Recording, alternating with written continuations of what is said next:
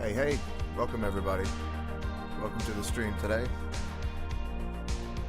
As you can tell by my Hawaiian shirt, it is Casual Friday, and today we're going to start with something very casual. And we're going to be thanking all of the followers on Twitch. And before I get started with that, I just wanted to say to all of the followers, the subscribers rather, on YouTube, I appreciate you just as much. There's just 375 of you currently, and it would take a lot of time to thank you individually. So I plan on thanking all of my Twitch subscribers for as long as I can, my Twitch followers. Probably about once a week, I'll be thanking each and every one of you individually, starting with the last one that I left off at. And who knows, maybe I'll just keep the list going every single time. Maybe I'll just, do all of you every time. I mean, it's not that much, so at least starting out, that's what I'll do. I don't know. Probably I'll have to keep it consistent, so it's not like, oh, why is he ripping us off or whatever. I'll just thank a handful at a time, and then I'll just scale up the number of times. How's it going, everybody? So if you're on YouTube and you're subscribed, come on over to Twitch and follow me there, and we'll give you a shout out next time. Alright, but for now, let's go ahead and pop out this YouTube chat. What's up, everybody? Let's go ahead.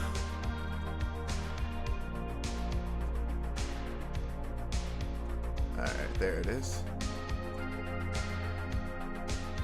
Let me know you're here if you're here, as always. And if you're not already subscribed or followed, make sure you do that because it really helps me out. Like the video on YouTube, and let's get started with thanking all of my followers, starting from the very first follower that I ever had, Human Each. Thank you, Human Each. Coco Mapache. Cocom Apache, thank you very much. Let me zoom in a little bit. Just gonna pop this out. Yeah, pop that out. I think that there's actually some people that are not even on here yet, or you know what I mean, that were on here, and I know who they are. One of them is Alvi, but I don't know what his name is on here. Yeah, I think that it's only showing me from the month, so Alvi, TBD Gamer, and the real MKB, and I'll look it up and see if I'm missing anybody. But thank you all. You guys were the first ones that ever subscribed to me, and I appreciate that. Oh, I think Annie on Twitter, I appreciate you too. You're the one that likes C#. I appreciate you, and if I'm getting your name wrong, I super apologize. I'll get your name right. I'll look it up and I'll get it right next time. All right. Saif IDK, thank you. Try Something Dev gave me a raid, and I really appreciate Try Something Dev. I saw Try Something Dev was doing the Far Horizons. Is it called Far Horizons? Minecraft mod.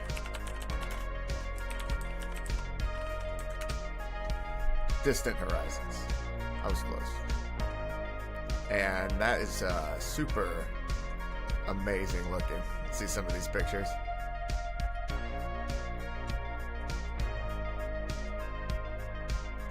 So incredible, it won't even load.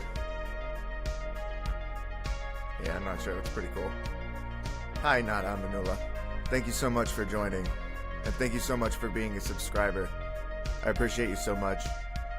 If you haven't already, come on over to Twitch and follow me there. It would really help me out. Thank you so much. Alright, so Try Something Dev, thank you. Emerald Finder 5, thank you so much. You were in my last stream, and you were in my last few streams. I think you came in on the raid. Thank you so much. Josh RT also, I think, came in on the raid. Thank you. Thank you so much for being there for me.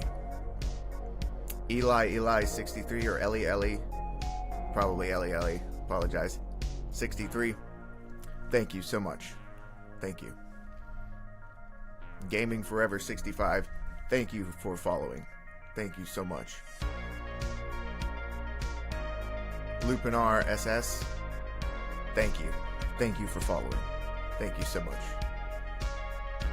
Malamatinos. Thank you. Thank you so much. Milky Pickle 69. Amazing name, and thank you. Tristan's Nif. Thank you so much for the follow. Thank you.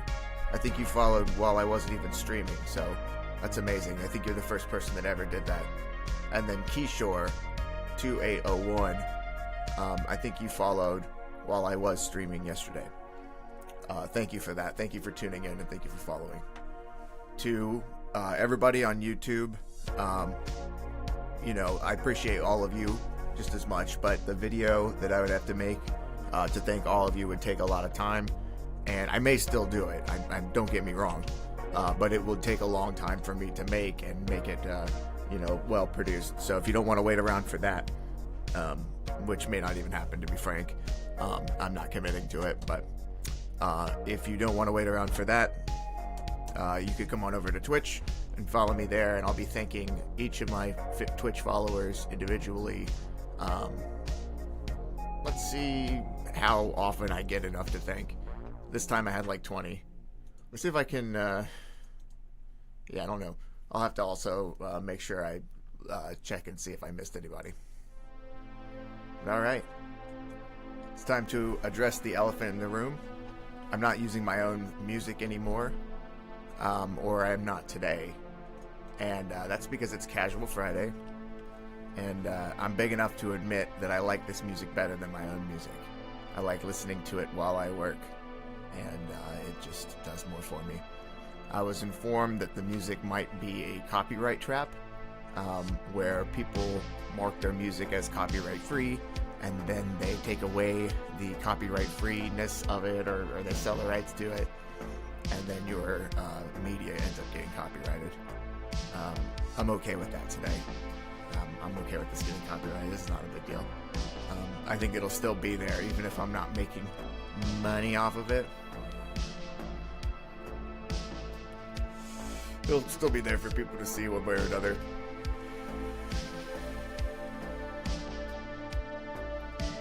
At least on Twitch, it'll be recycled and hopefully less than the amount of days that it'll take to get copyrighted. So I'll be good on Twitch at least. YouTube, I might have a problem.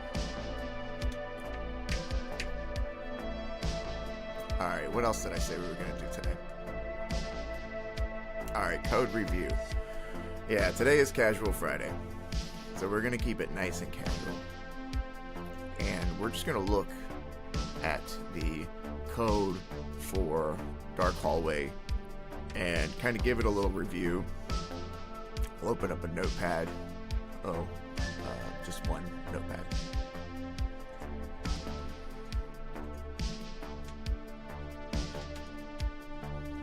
I don't really need to save any of this, it's just random thoughts. They're artifacts technically from other streams. Just random thoughts I had while the stream was going on. Maybe one day they'll be worth something. Some forensic data scientist will be able to find it or whatever. Alright, we're not running right now. All we want to do is look. Alright, so first thing we'll do is look at all of our files. The first thing I notice is that all the files are just in the same directory, so that's one thing we can accomplish here, at least.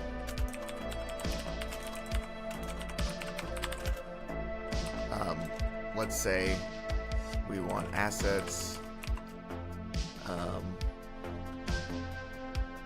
Probably what we're going to end up wanting is more than that. But for now, we just want assets and then, you know, everything else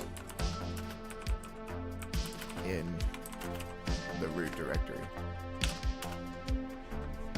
Make that bigger so folks at home can see. Next. We'll figure out what to do next, but that's the first thing that I see. We're going to move all of our assets into there. And then among the assets, actually, we have assets. Do it like this. Assets, textures. I like to do plural. And assets. What's the other one? Models. And that's all I really see right now. We only have 2 textures. 3 textures if you include the skybox, which is that something we even need? Yeah, I'm not sure we need that. The original concept behind that was that would be this like endless void that you'd be staring down the hallway, but I instead went with a dark shroud. Alright, so now that we know that we're going to move the files around, let's see what else we're going to do by looking at the actual code. Alright, here we are. The first thing that we are doing is we're setting the app instance and the size, which is a fixed size of 1280 and 720. That's fine for now, but it's worth thinking about, you know, how we're gonna revisit that. I'm not sure what Ursina offers for, you know, like settings in terms of when somebody is setting their resolution. Like, I think for the most part, you want a game to default start in full screen. At least I do. That'll give you the full experience, but that would mean that we would have to read the size of the screen, and it's just something to think about, is all. Now we have the shaders here, which I think that we can remove, because I think that we're going to spend the entire time in this game indoors. Sky, that might be something worth looking into, because at the rate that this is going, there's going to need to be more variance in the game. And what I'm kind of thinking right now is, like, the game would end up being more of a maze, and there'd be rooms and chests, and maybe there'd be some NPCs or something, and just generally like a horror and suspense puzzle game kind of thing. I guess not suspense so much, but what is it? Just general stress. Like, it would have to be story based, I think. I don't think I'm going to be able to pull off something that's like graphically stressful. Do you know what I mean? It's going to have to be something that you're perceiving in your mind by reading it. I guess. Anyway, all that to say that we might have some different levels or something, so I'm just going to leave the sky and the directional light and all that in there for reference. But there is some code cleanup that we want to do. So I'm just going to write, code cleanup, which is, I mean, really the second thing on our list, but I mean, I can see different things that I want to remove. Not that, but a couple of things, like double line break right there. And we got to be careful with our commits. See if we have anything. Yeah, we were good last time, and we committed where we needed to, so we don't have that problem this time. It's good.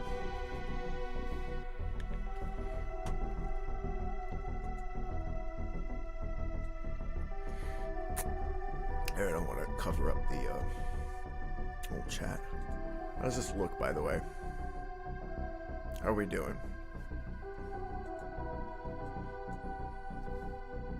Thank you for joining, by the way. I really appreciate it.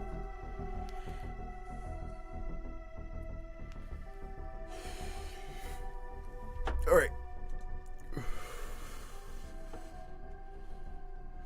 So there's this guy, and it's still there. It's good. So I guess since that sky is still there, I can get rid of this one.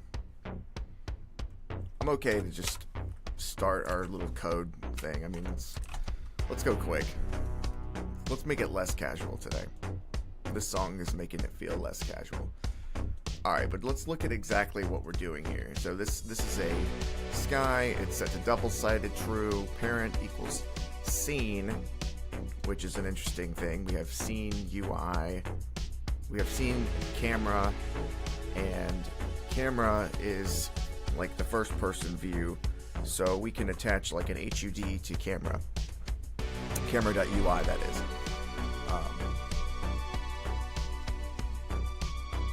So we're setting the model of the sky to sphere. It's basically just a giant sphere that wraps around the whole world. But we are not currently seeing that because we're surrounded by walls. Something to think about.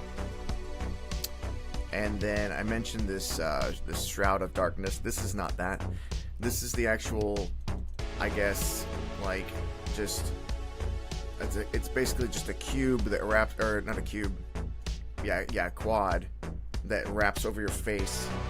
That's like just darkness, kind of, and it makes it look more dark. Like if I reduce it, I can show you. Alright, you can see how dark it is there, but if I reduce this, if I reduce the number on that haze to 0.7, it'll be significantly less dark.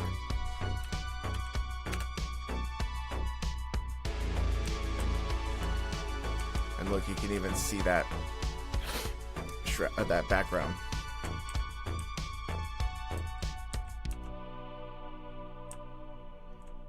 I don't know. I might like it this way.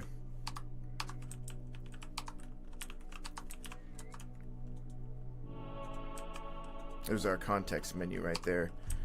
There's a lot to correct on that context menu, so we might spend some time doing that this morning.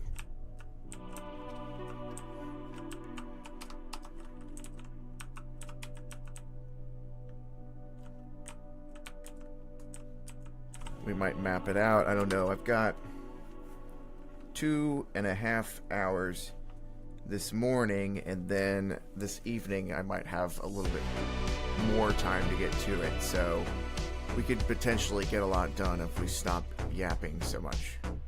So straight into the code cleanup. Let's go ahead and organize our folder structure. Let's go ahead and get rid of the one change or two changes that we did here. And keep the commit only about organizing the folder structure.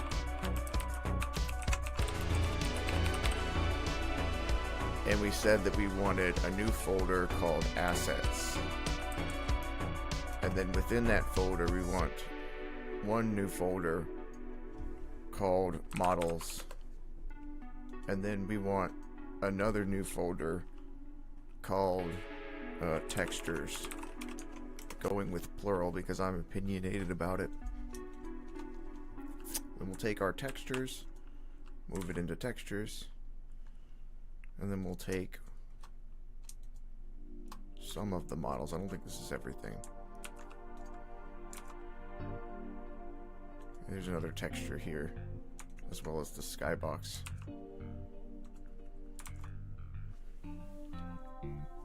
We'll have to update their references as well, since that's not going to be automatically done for us. But that looks like everything.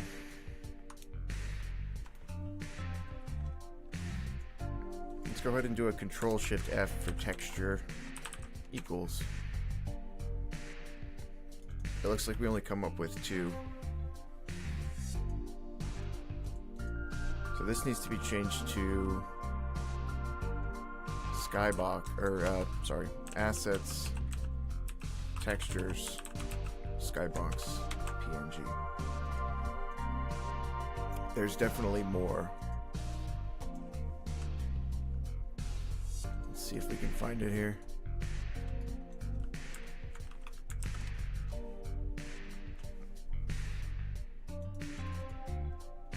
Here are the models, and there are the textures.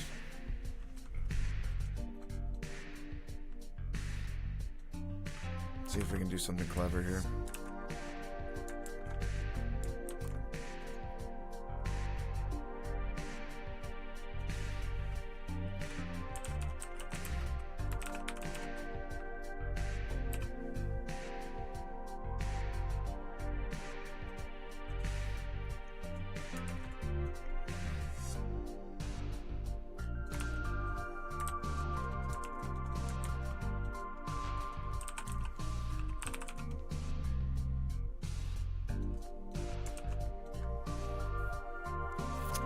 See if that worked.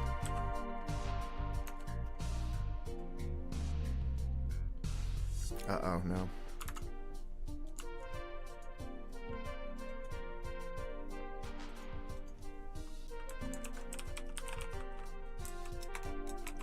We gotta get rid of some of them. These.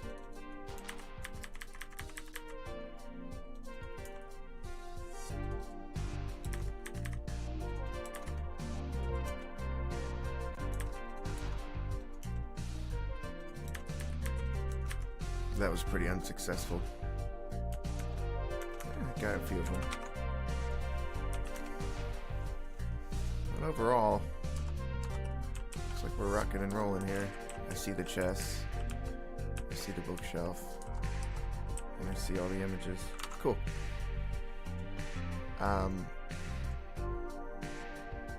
Just take a quick peek here. Yeah. Looking good. So far, so good. Let's go ahead and commit that as restructure. It looks pretty intense. Let's review it. It's just objects and images, moving them around. There should be at least one Python file change though. Okay, yeah. Here we go.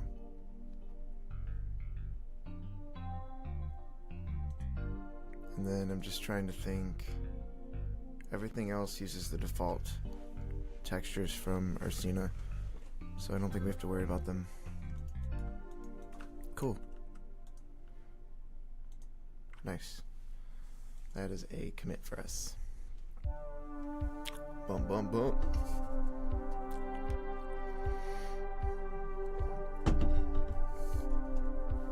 Alright, next one. A little bit of code cleanup, and while we're cleaning up the code, we'll talk about what everything does.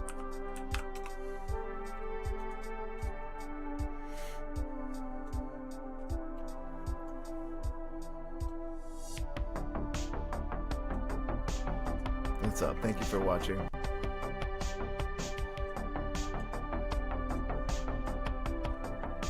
I appreciate you.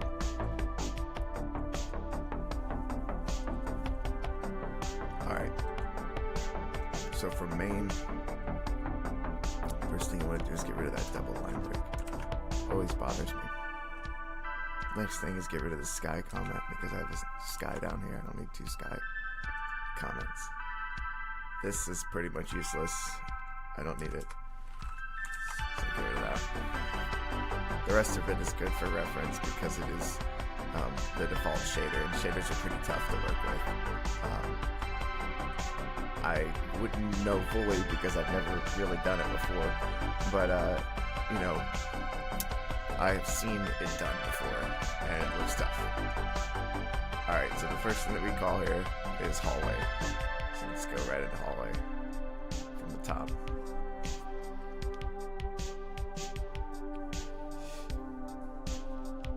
Alright. So from the top, we're importing some stuff from Ursina, and then we're importing conversation. But we'll keep the focus on hallway because that's the class that we're currently in. We're not going to stay off track until we tangent off when it comes into context. And that's going to be that like we've done thus far.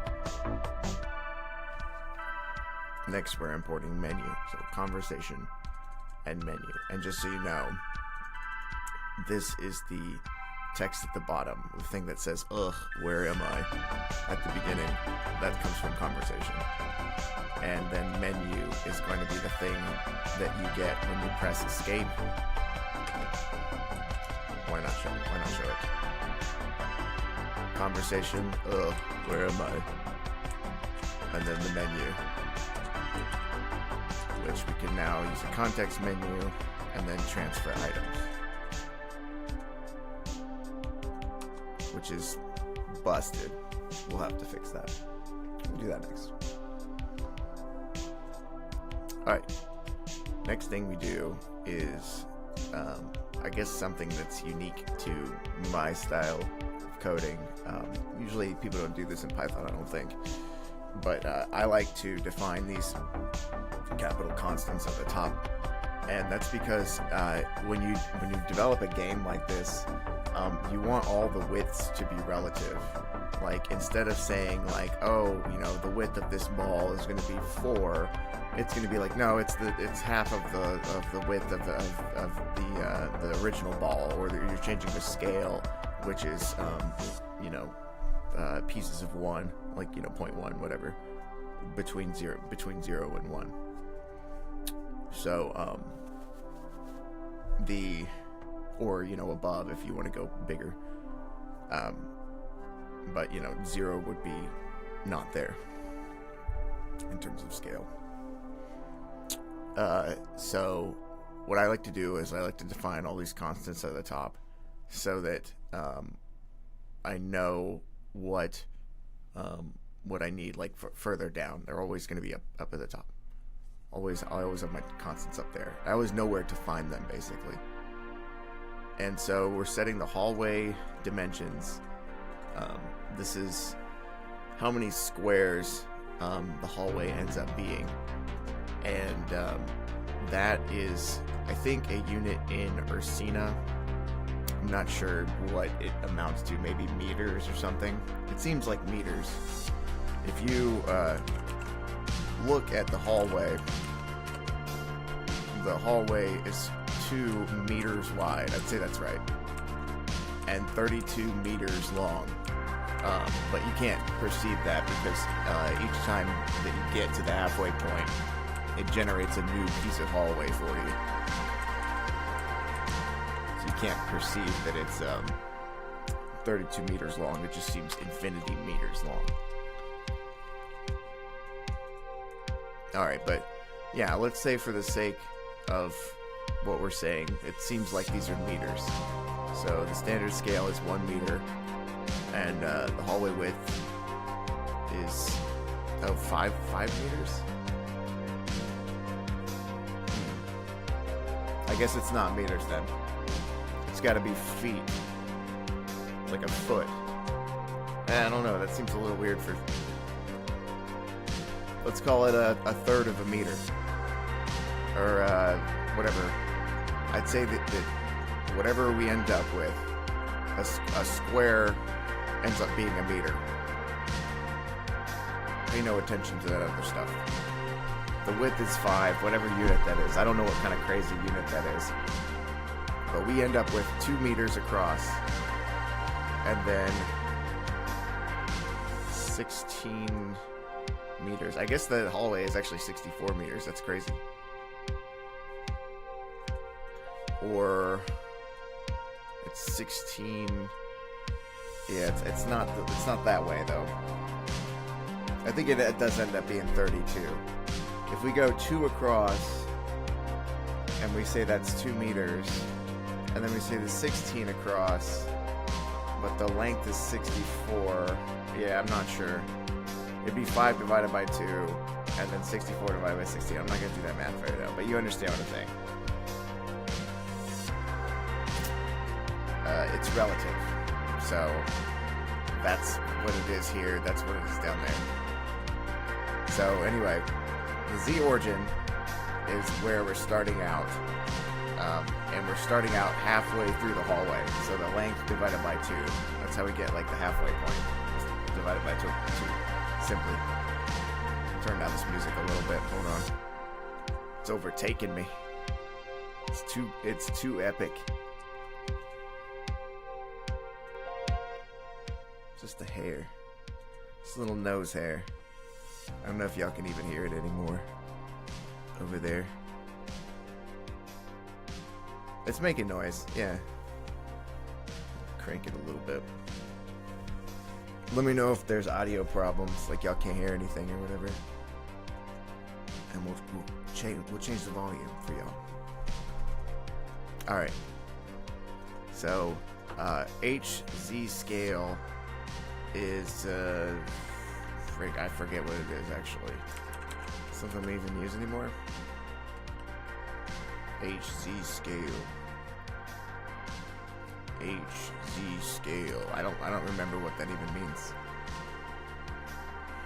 No idea. It seems to be the ceiling scale. Man, I should have named that better. Well, I mean, no better time than now, I guess. HC scale will become ceiling scale.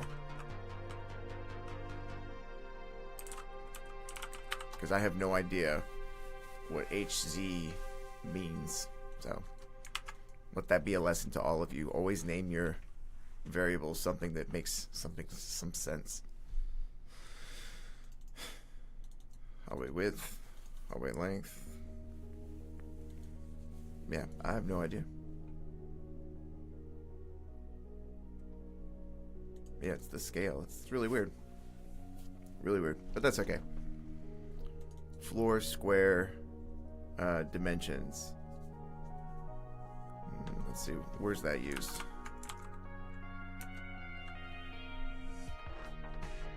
I mean, yeah, this is the scale, though.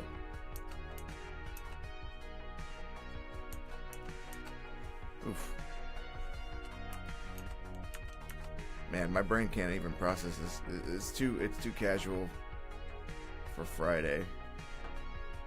Oh, I see. Okay, so we're down lower. This is where we're building the floor squares. And this is where we're incorporating the floor square dimensions. But it looks like we're setting positions. So it is setting the position based on the dimensions of the square, I suppose. I think that's valid. It is the scale, though. Should we rename it to scale?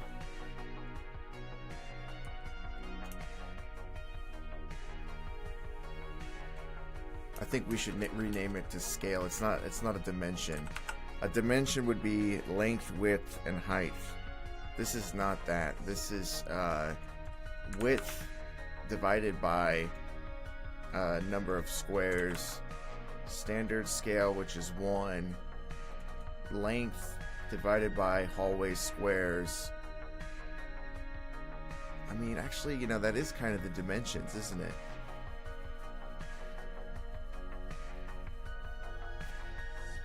Kind of makes sense. Yeah. It is the dimensions and it's the scale. I think that's how I have it. Is the scale is at 1:1 in the standard, and then everything else that we have is scaled, and that's the way that the dimensions of it are determined of the individual thing. Alright, so the next thing that we have is the darkness. And the darkness is what we see when we look straight down the hallway, which is down the z-axis in this case. Ursina Z is this way, the way that I'm facing. And the darkness, all it is a series of spheres that are offset by 10, I guess. But I mean, that's not. If that's true, if this comment is right about it's how far the darkness is from the player, I'd say that radius is not the right thing to call it. Right? That's actually the Z offset. That's what I'd say. Yeah, so this is, it's go ahead and move this comment here. And let's name this, let's say this one is, yeah, how big the darkness is. Exactly. Thank you, Copilot. And then, so interesting thing, that if you want to see this, we have 240 levels of darkness. And I can make this to where the darkness is less, there's less levels of darkness, and you can see them kind of individually.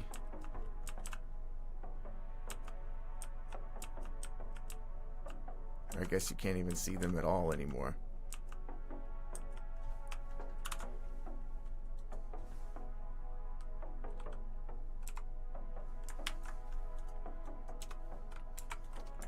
Change it to 200, then make it less of a dramatic change. Yeah, I don't know. Maybe 100? I'm not sure why it would have went away completely.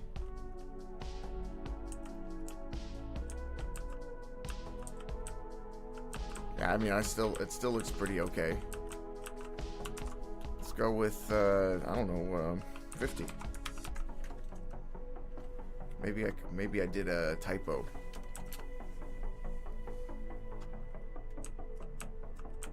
Man, it still looks pretty okay. I can kind of see it now.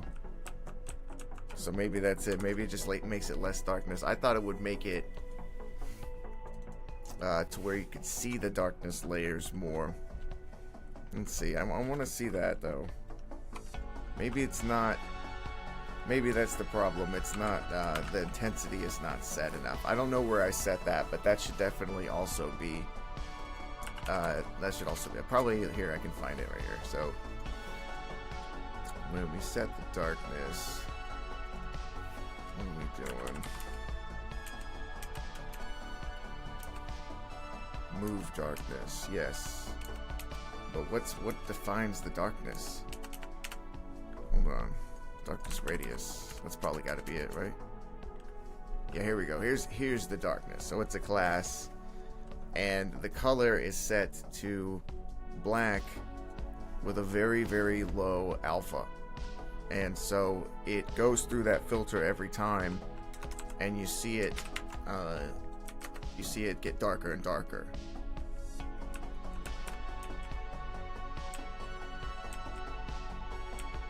I guess you can kind of see it up there, but let's see. What did I change the levels of darkness? I only changed it to 4. Changed it to 40. And so if you have more levels of darkness, yeah, there you go. You can see it's very stratified right there. So, I mean, we could raise that to 80 and then drop the let's see, where's the darkness class? I know I have a darkness class. Where did it go? I guess we just made the change to it. Darkness. Here we go. We changed that to 0.1. Let's change it back lower to 0.4, just so you can see the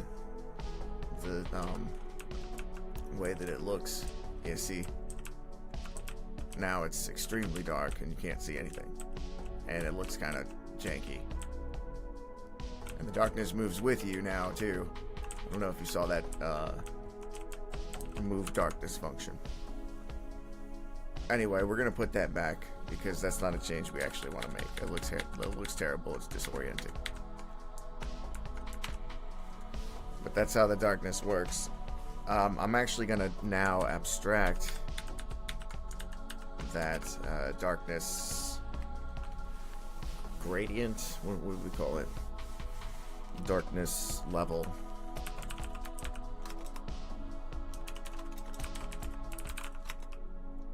Yeah, we'll do color. I think that works pretty good.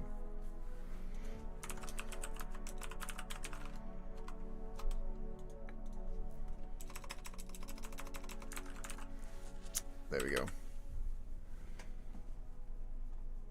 I found it disorienting that I didn't know where that constant was.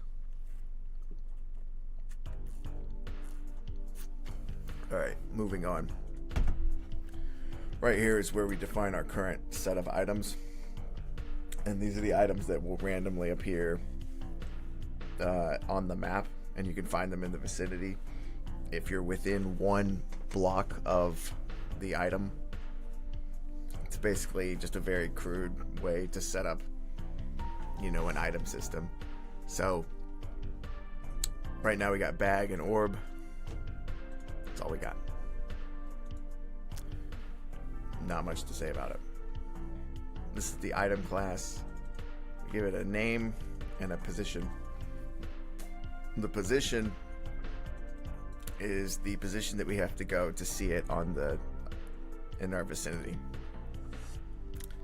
It is a physical position, but it doesn't render with a model currently. You can see it doesn't actually get a model, so it doesn't actually get rendered.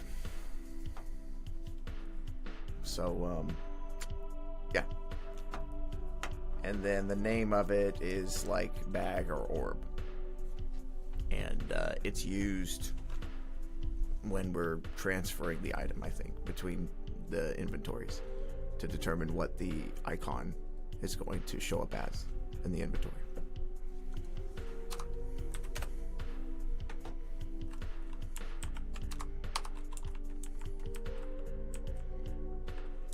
There we go. We have an item right here.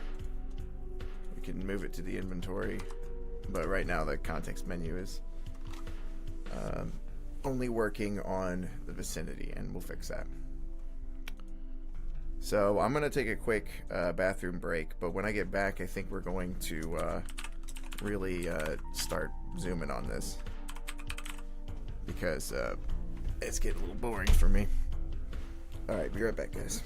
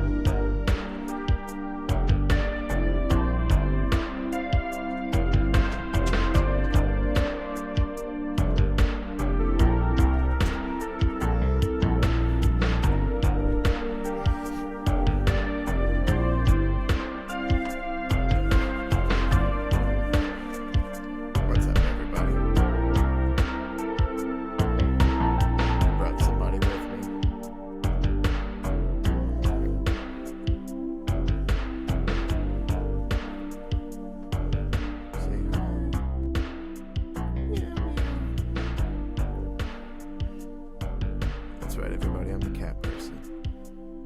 Deal with it.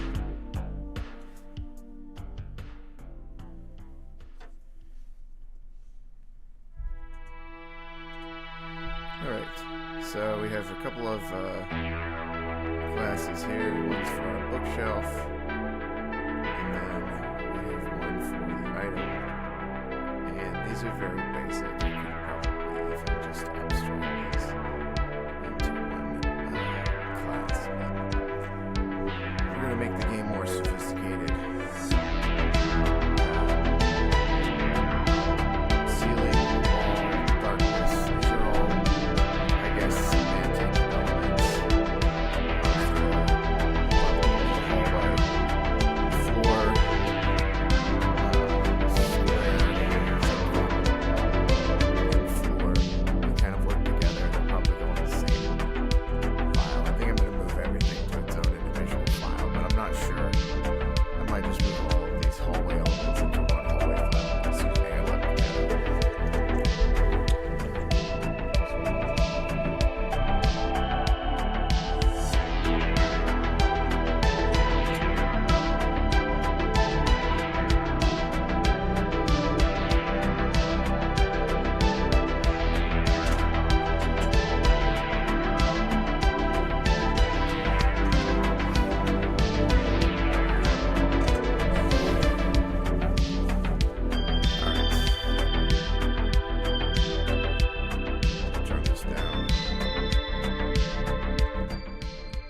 Too intense. Too epic.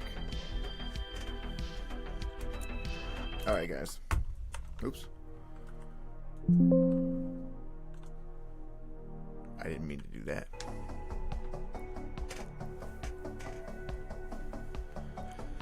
Alright. Welcome back. It's Casual Friday. And we're looking at this code. Let's hurry it up, though. You know what I'm saying? Alright, let's get a little break there.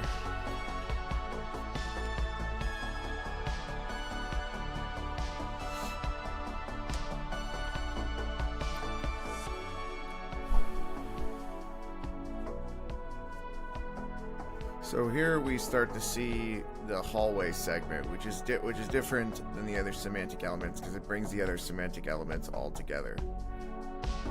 And you see it has self.floor, self.wall, ceiling, all that, etc. And it all gets built on with a segment number, which is used to calculate its Z offset, which is the direction straight forward. And that is where it builds the next hallway with the Z offset by setting the position. And then I guess the Z offset will set the offset of each individual hallway element. It's probably a better way to do that, but I don't think I'm going to mess with it. It's working.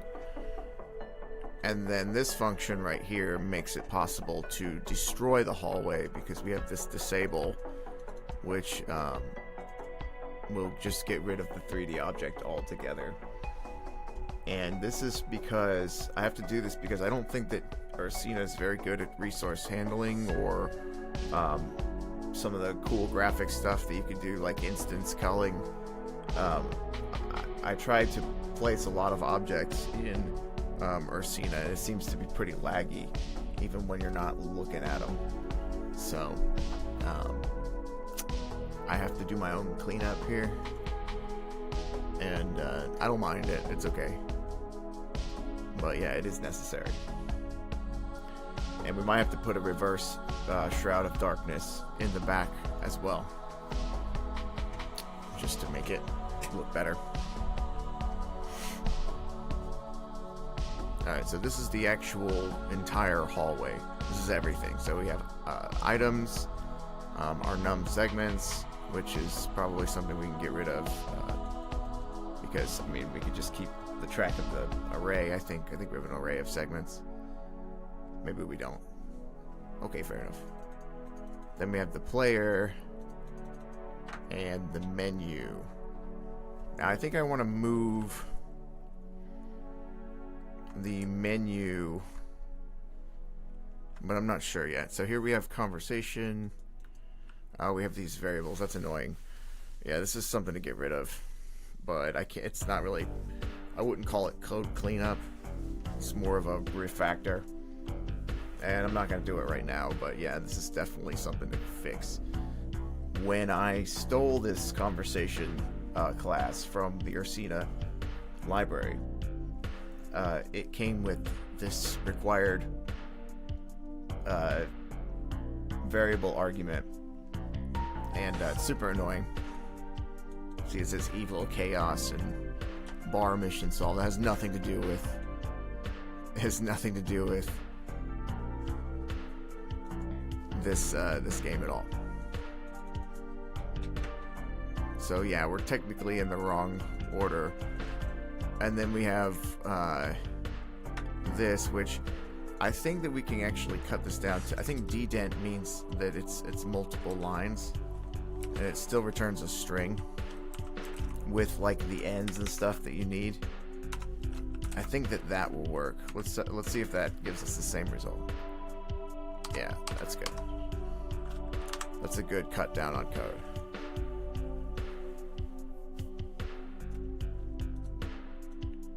And then I guess, yeah, I don't need to break it out like that. It's not going to be very. This would be perfectly readable right here. Cool. Alright, cool. Savings. Next we move on to the build elements, which is called right there. I don't know if I want to change the order of anything right now. I think it's kind of fine the way that it is, although some things I do have a problem with.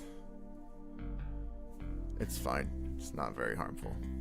So in build elements, we set the self.z to z origin. And that's interesting. I wonder why we're doing that. And then we start to append.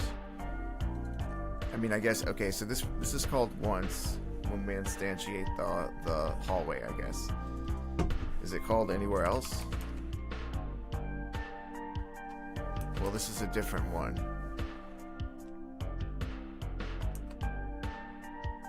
No, this is not called anywhere else. So this is. I'll change this one to init build elements, because I don't see within this hallway class any build elements being called twice. So this is init build elements. I christen the init build elements. That way I know that it's only called on init. And then I'll change it if that changes. I don't think it will. So in it, we're defining the hallway segments as a blank array.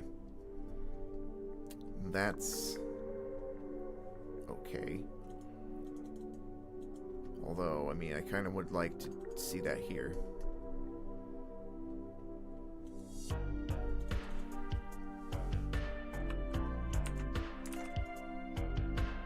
I think that I should define all of my, I mean, since I kind of have to either way, I think I should define all of my globals here, or maybe make a separate function where I do it. But I think that's good.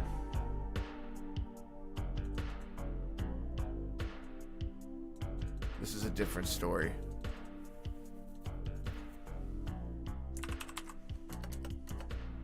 But it might not be as well.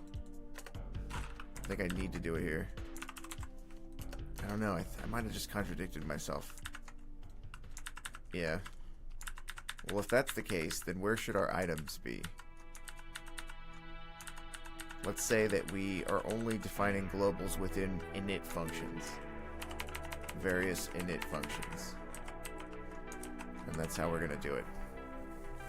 Where would we do that?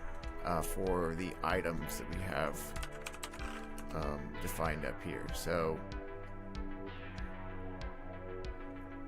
we could have done it here.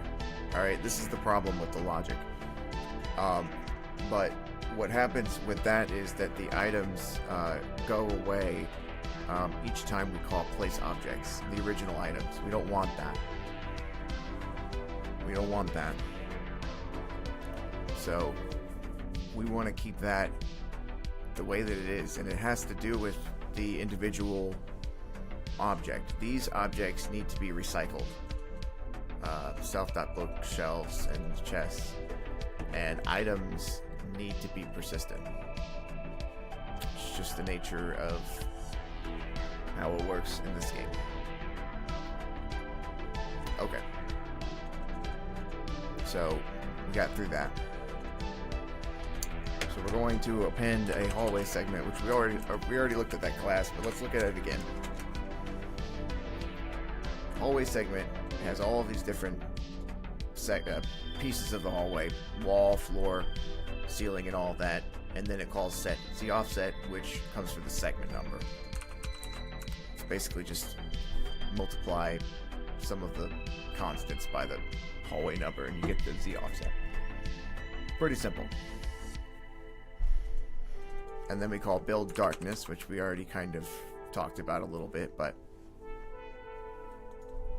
we have self.darkness here, and then we're just appending our darkness classes. And here we're also setting a z offset, but it's it's depending on this, but I think that when we also have another function that we'll look at later. Yeah, it's right here, move darkness, and we're setting the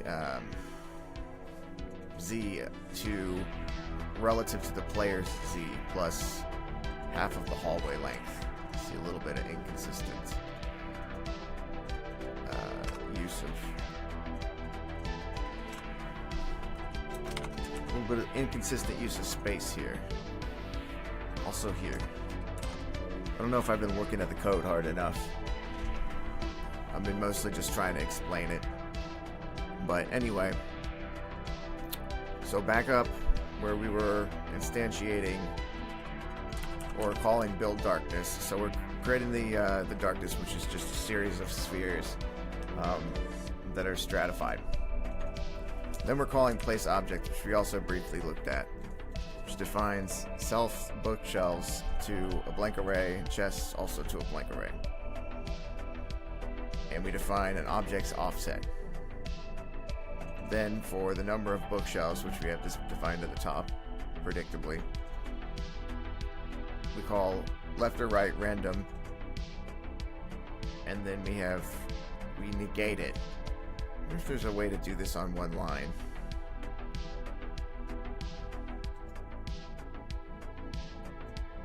Can we use a ternary in Python? Is that allowed?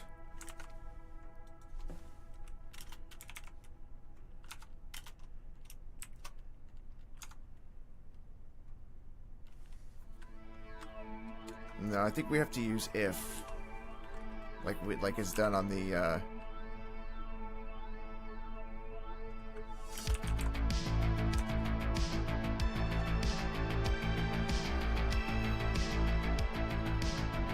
Let's see how do we do it.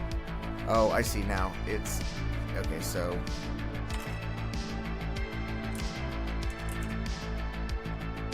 no, I don't want it to be mod 2.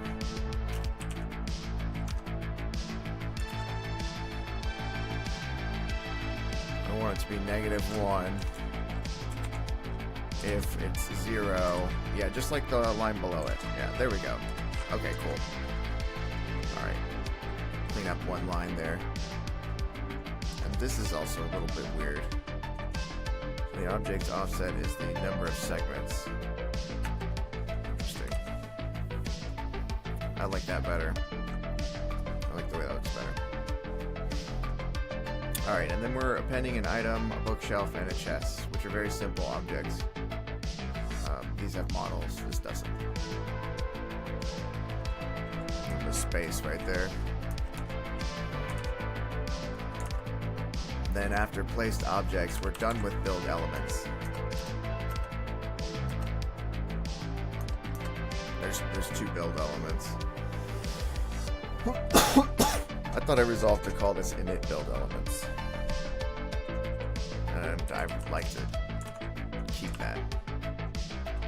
Alright, so after init build elements, we define the first person controller. And this is just what lets us move forward and backward in the game. It just defines like this perspective, and then it will shift the object in the 3D space based on your keyboard movements. Piece of cake, right? It's nice that Ursina does something like that for you. Gravity is 0. That's so we don't fall through the floor. Let's see if that's necessary. It might be cool to jump in this game. You know what I mean? Like jump on a crate or something like that.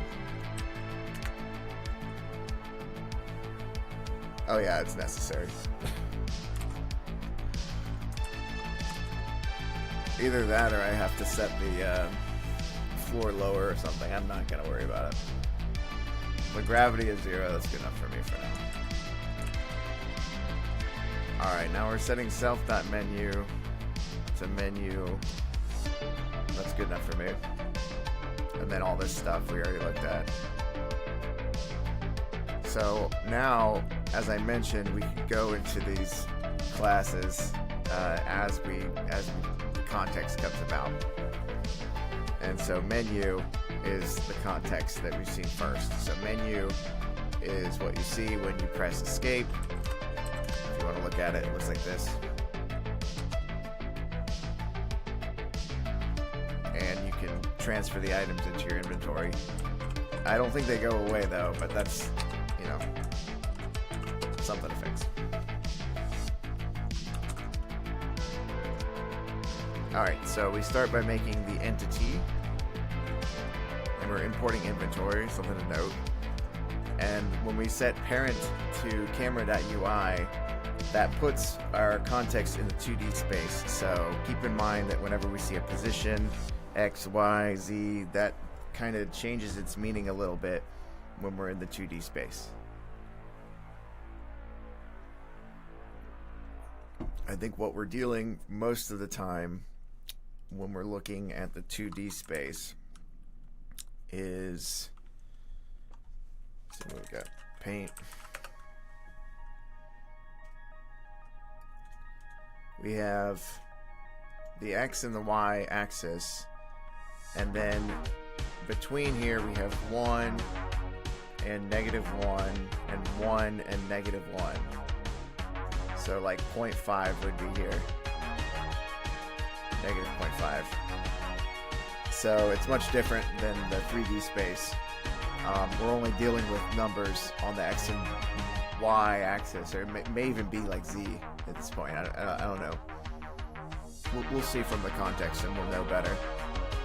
But the numbers are usually between 0 and 1 and -1 and so forth.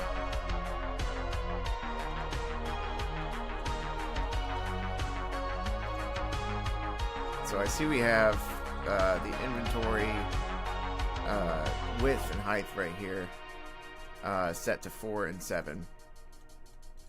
Let's go ahead and right away move that away to constants.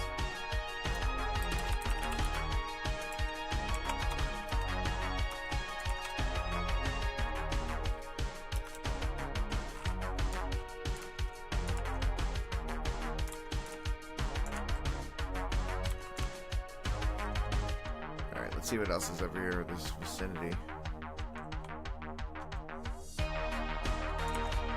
I do like the way that this vicinity is set up, and despite the fact that it's called inventory and it's an instance of inventory which bothers me, I'm just going to leave it the way it is. So we'll give one inventory position. And I don't think it's that. I think it's that. And then a vicinity position. I don't know if we're ever going to need to reference them again. But now we're free to if we do. If we do need to visit them. Alright, cool. I'm not going to worry about the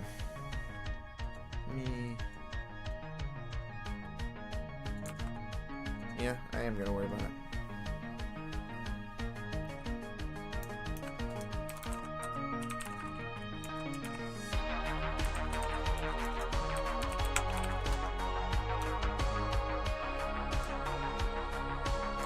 I don't know why it tries to change it. I should know what I'm trying to do.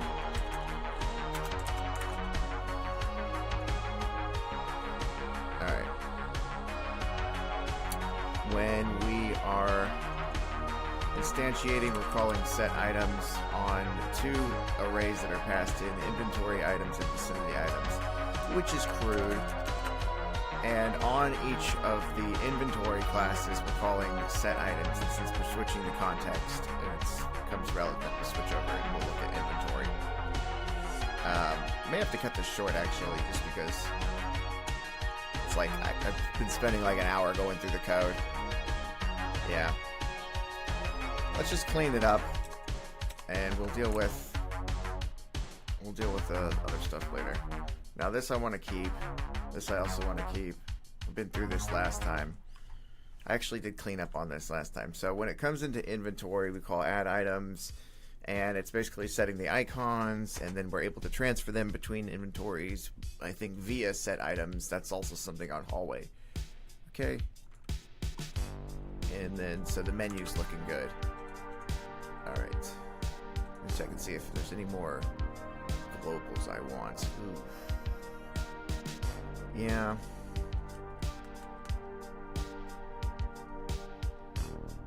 Yeah, I kind of do want to set that.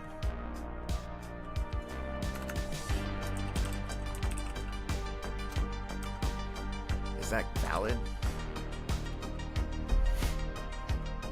No, that's not valid. I don't know why it's doing that.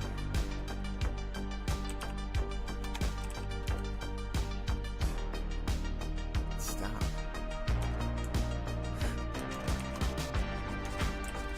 Is that right? I gotta check it every time.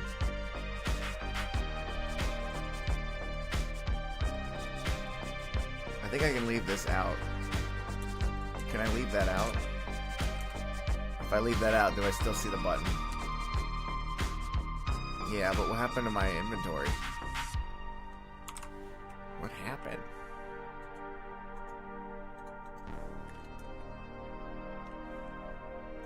Vicinity position might be wrong. Let's see.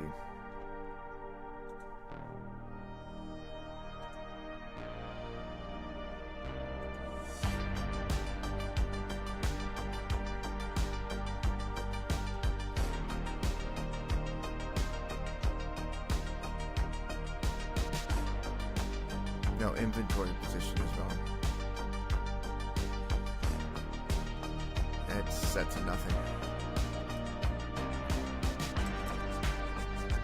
I didn't realize it was set to nothing. There we go, fixed it. Alright.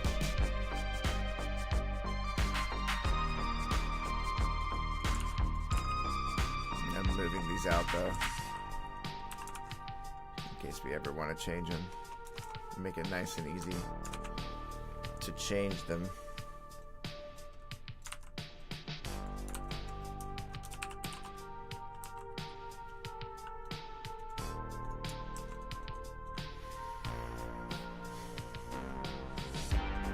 And this is the only kind of like customizability we'll offer for now.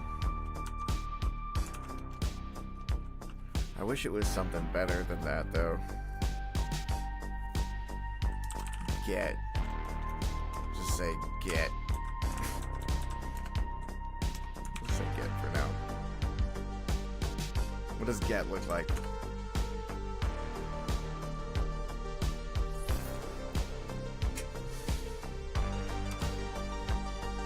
Get. Yep, I like get.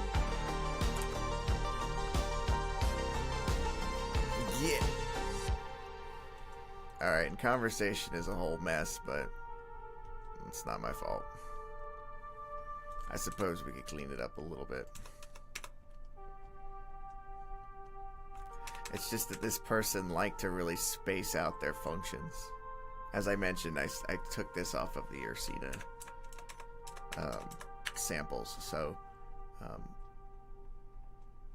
a lot of the double spacing and stuff, that's not my doing.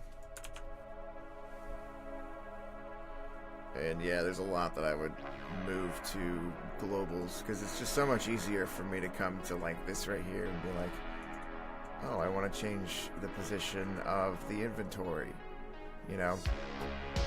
I think the other one was right here. I want to change the color of the button, that's right up here. Anything configurable, it's just right straight at the top. If I need it, it's right there. All my controls, it gives me the control over my code, my program. It's right there.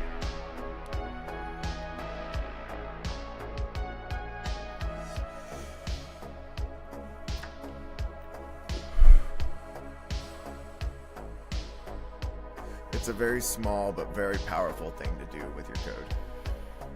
Define constants at the top.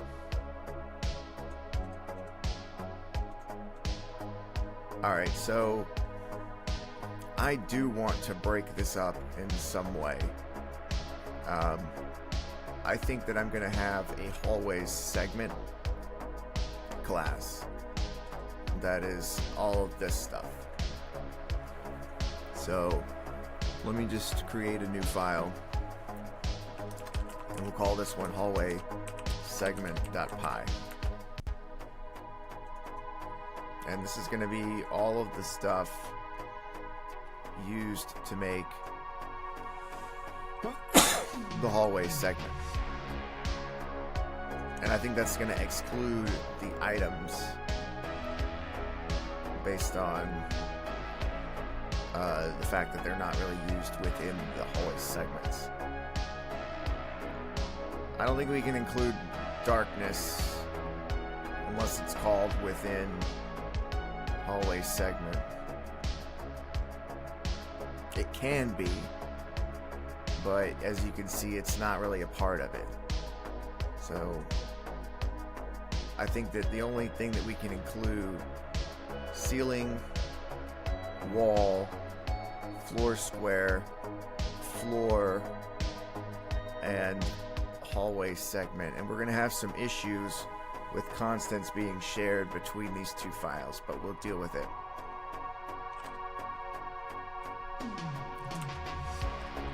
Alright, so we got all these. We're going to move them over to our hallway segment class. Now instantly we can see all the constants that we don't have defined. Ceiling, X origin, blah blah blah blah. Now, I think I have them grouped well enough to where I can find them. But I'm just going to go ahead and copy. So ceiling, floor square. I mean, that's just one. Wall height. I don't have them quite grouped well enough.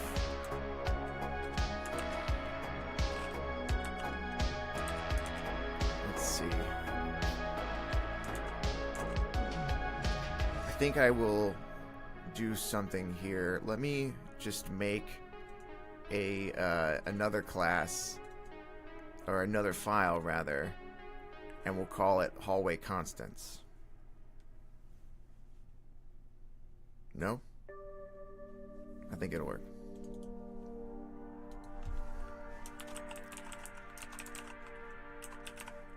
Const for short. And it's not going to have any dependencies. It's just going to literally just define all these constants right here.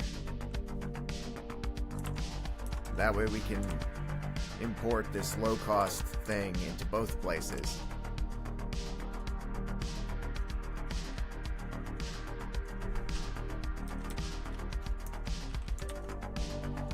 But I see the problem that we're going to have this huge import.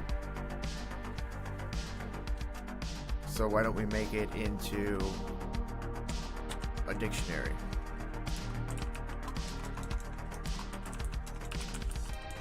But what would that look like?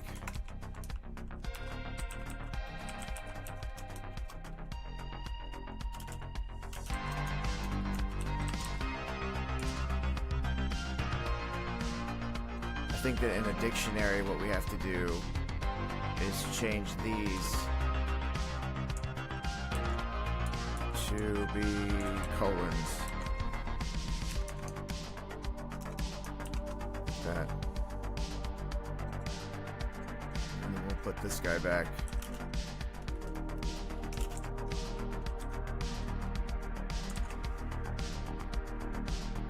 I thought that's how you did it in Python. Oh, right, indentation.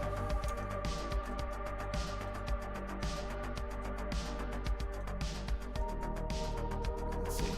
Get Copilot to help.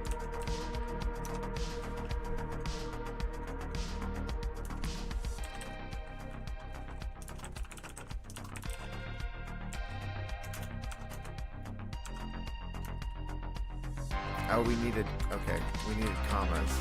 I see now.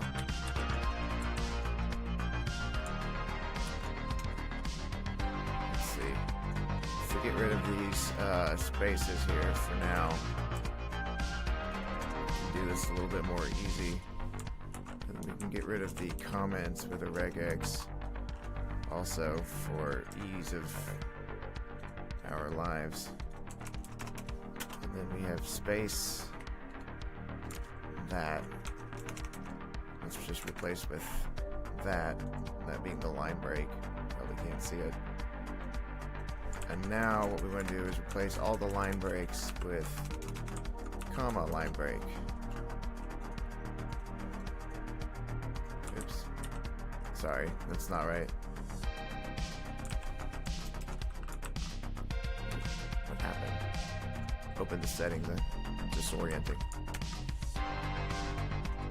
Alright, that's a little bit better.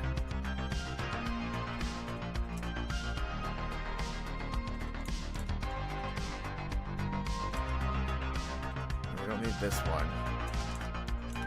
And some of these are spaced a little bit far. Let's go ahead and fix that. Let's see, what is this? Oh, it wasn't closed? I think it likes that in Python, where you hang it a little bit. What's this? The origin is not defined. Is that a problem for me, really?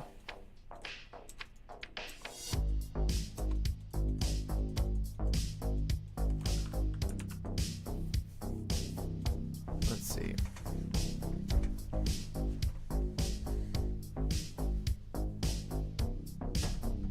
I don't know, this might end up being more work than it's worth.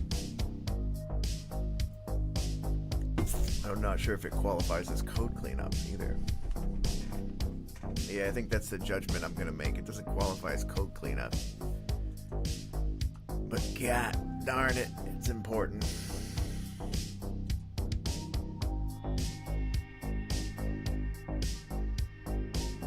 What does the yellow underline mean?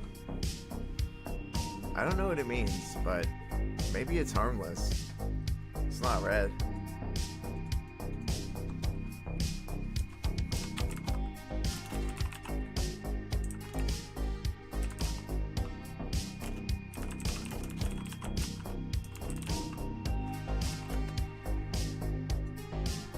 I don't know if you could import this since it's not a class, you know?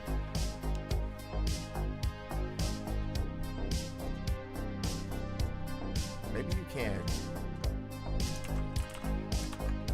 Away const. So I think it says it's good to go.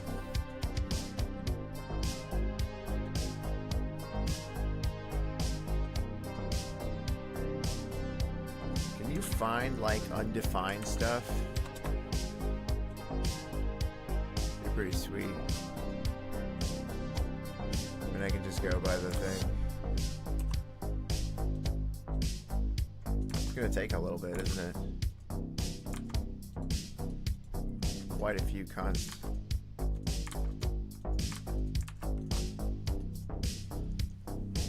Self.scale. Okay. I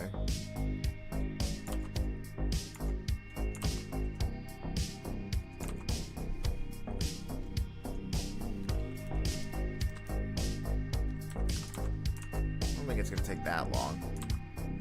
Buckle down and do it real quick. I mean, I could do GPT, but I honestly don't even think it's going to take that long. Hallway segment, that's going to come from the other one.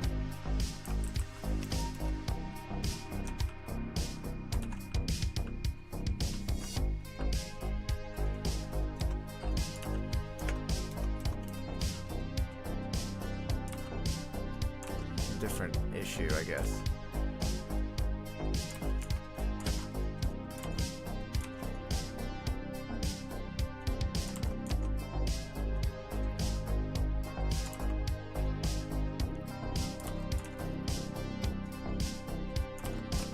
Oh, this really needs to be broken up here. That was the longest line ever.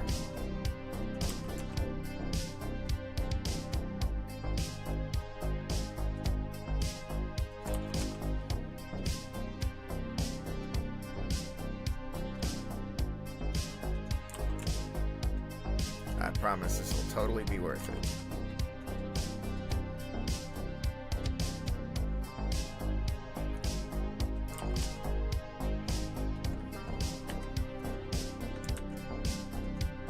I don't know if it's S levels of darkness. I don't think it is. Oh man, these yellow lines here are scaring me, to be completely honest.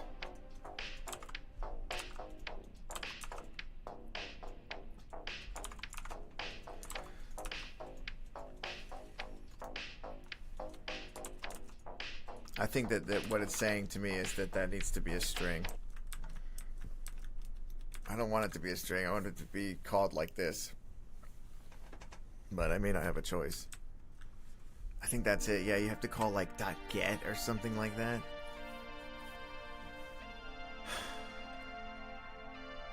Alright, I gotta find this.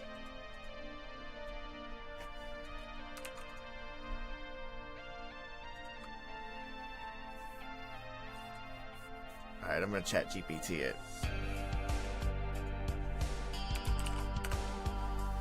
I don't want to waste any more time. Let's go.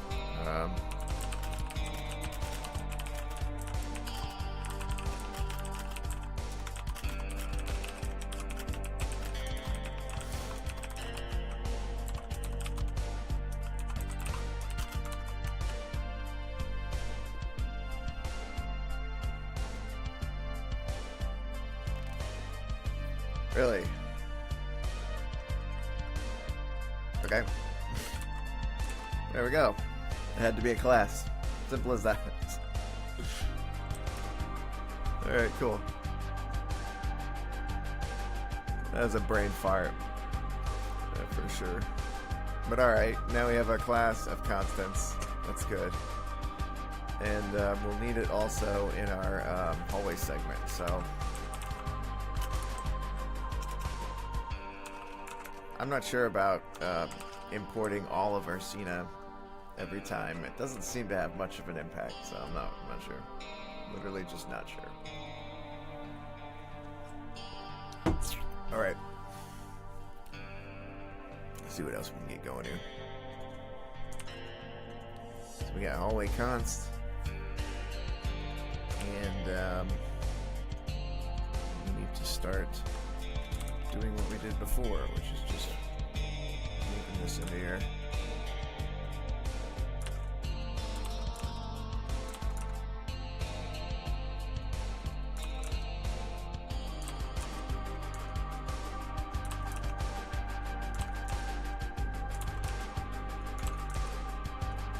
Yeah, sometimes you gotta do the boring stuff so that you can enjoy the fun stuff, you know?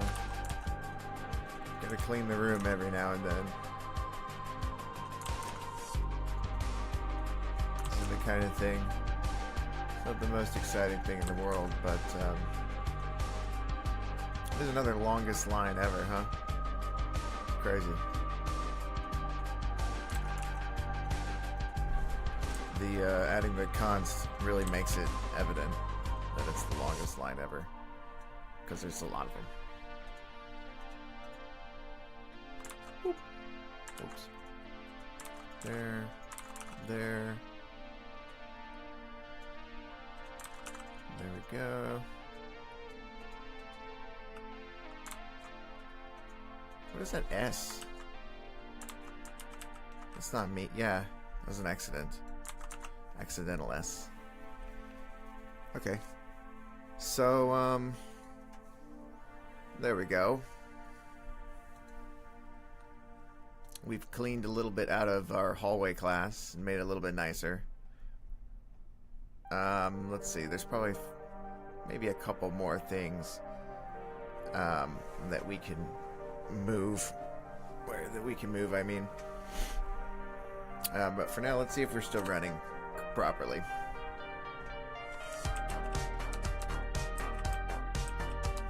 Yeah. I'm not seeing the items though. Oh, there it is. Okay, great. And the context menu. Oh, it only works with the vicinity item. There we go. Open, inspect, blah blah. Alright, well, I think that that's a good code cleanup number 1. Alright, we'll go ahead and commit that. And I'm not going to do anything there. We've pretty much visited everything.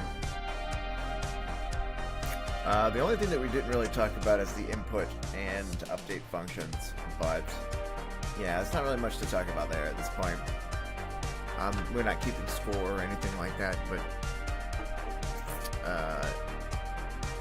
So now we're pretty much free to move on to, I think, another segment of code cleanup, which is to maybe move out some of these other hallway classes, the related classes to hallway, and then just keep this nice and pure to the functions of the game, and maybe even find other ways to make it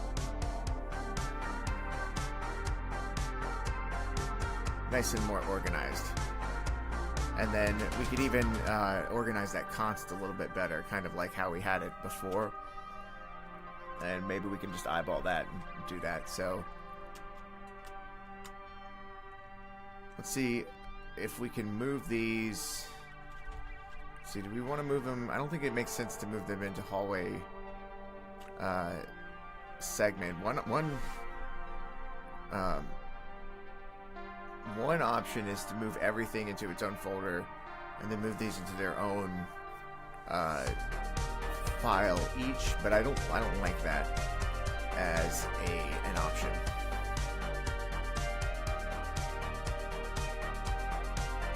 I mean, they're almost the same, but everything that's here is different. You know what I'm saying?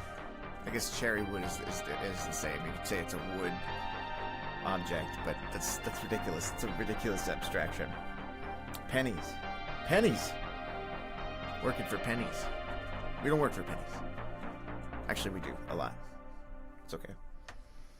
It's okay to work for pennies. I'm probably currently working for pennies, technically, but it's all right. I appreciate every penny.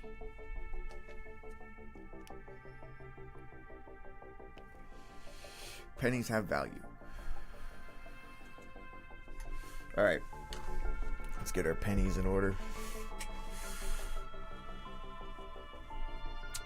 I just want to say that these are hallway features. I can't get away with calling them features.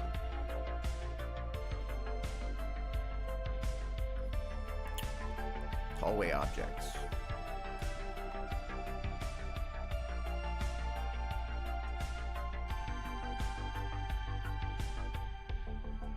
I think hallway objects is cool.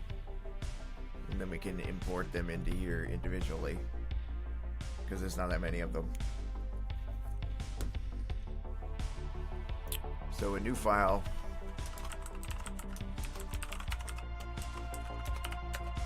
Hallway objects.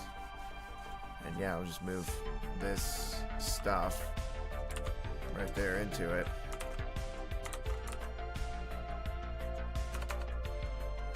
And I think we'll need... I don't think we need any of this from Ursina. But we will need our hallway const. And I guess that's it. We're pretty satisfied in terms of the little IntelliSensor thing. Now here, though, we'll need from hallway objects, item, bookshelf, chest, and darkness. I like the way that looks. I like the way that makes the code look.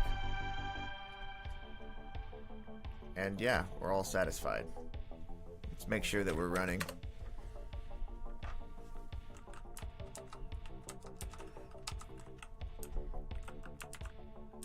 Should be a bookshelf there.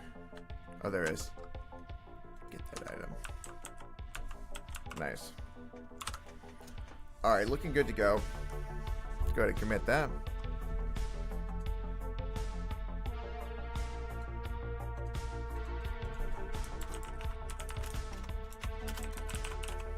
Alright. And I will take another bathroom break. And when I come back, we'll do something more fun.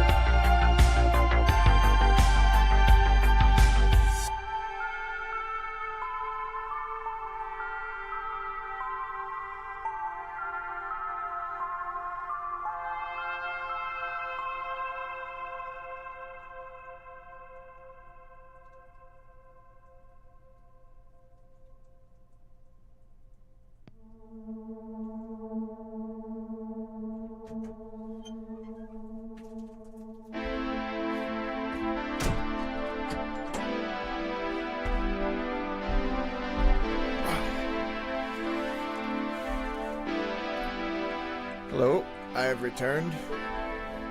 Doesn't take me very long to go to the bathroom. That's one good thing about me. There are several.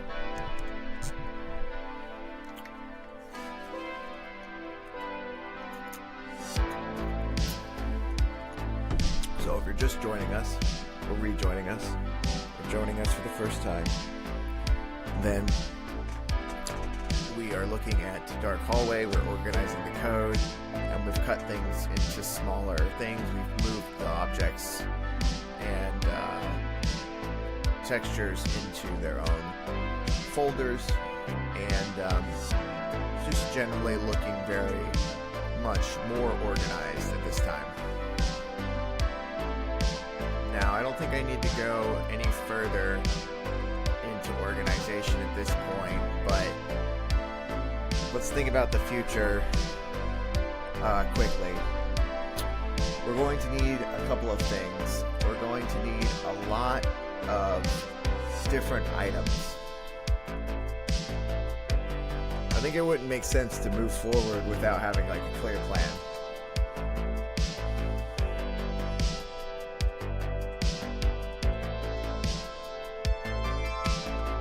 And so let's brainstorm.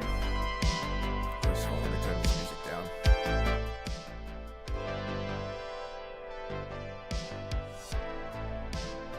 Possibly even off altogether. I guess that's good for now. But what we want to do is we want to go ahead and brainstorm a couple of things.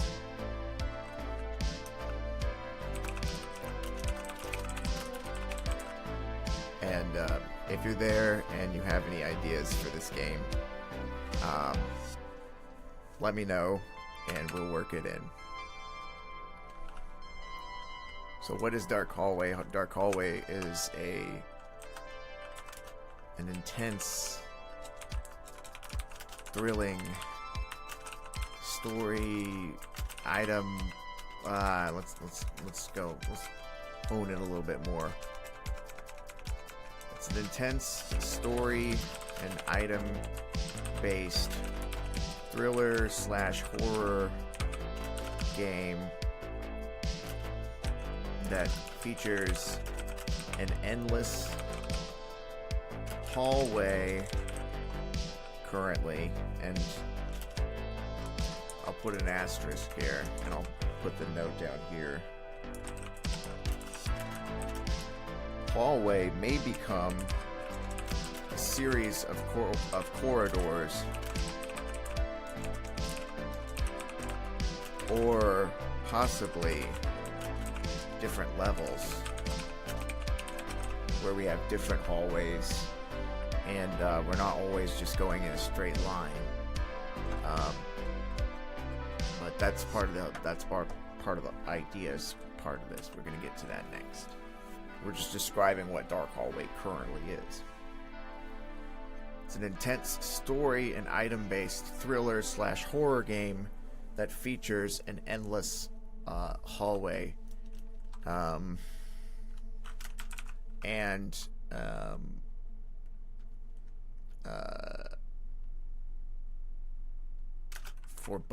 What's the good word there?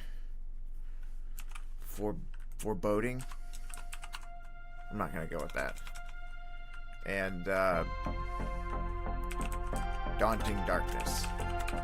We'll say that the darkness is daunting. Because it is. I feel pretty daunted by it. So Dark Hallway is an intense story and item-based thriller and horror game that features an endless hallway, daunting darkness, and challenging move this asterisk. I didn't mean for that to stray away from the hallway.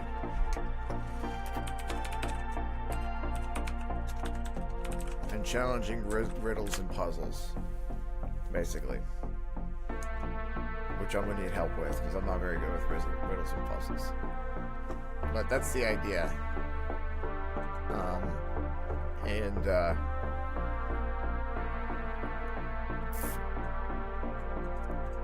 I guess we can call this the vision. An intense story and item-based thriller / horror game that features an endless hallway, daunting darkness, and challenging riddles / puzzles. And we're gonna go with some potential ideas for this game. Any are subject to change. Number one, and I think that I like this idea the best, a fixed map or maps with rooms and exploration.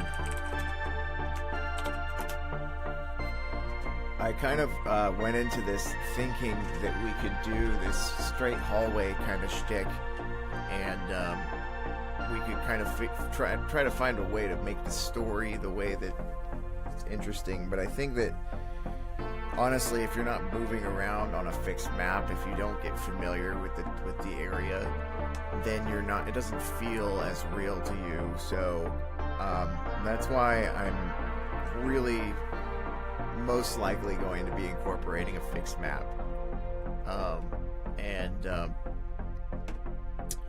When we do that, it's probably going to take a long time, so maybe not, though. Maybe not. We'll see. I mean, we're going to have to change the whole hallway segment thing. Not a lot, but I have an idea for how it would work.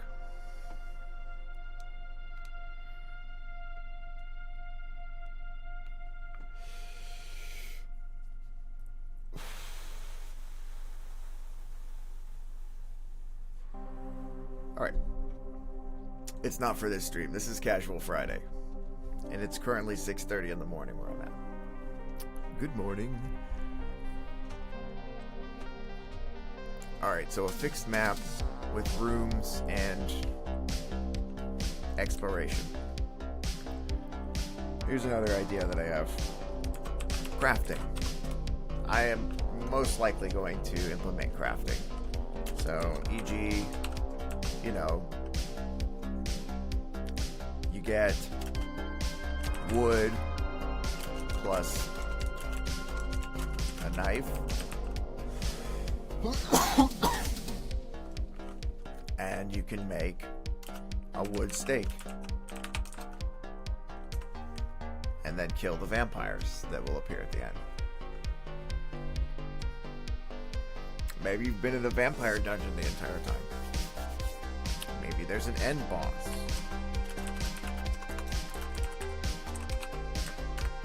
There's another thing.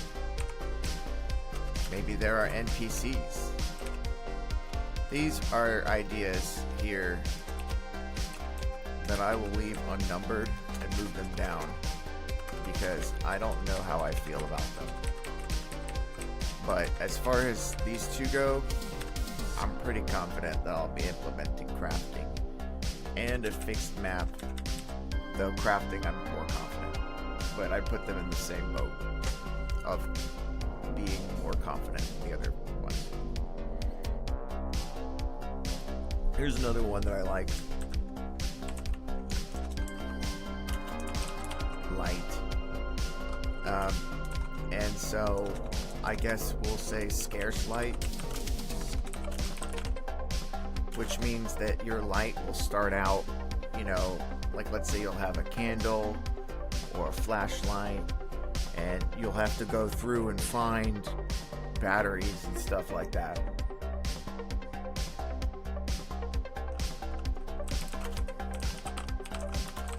Or matches to keep light source going. And that's something that we can easily model, object-oriented kind of thing. Now, I don't know how about Python as a language for this. You know, I would much rather be using C# for this, where I could implement an abstract class. Yeah, I think I want to do that. What's the one where you get to use C#? Unity? let's get Unity.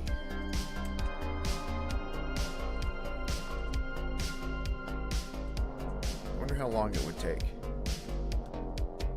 Okay, I think I can get that from Visual Studio Installer.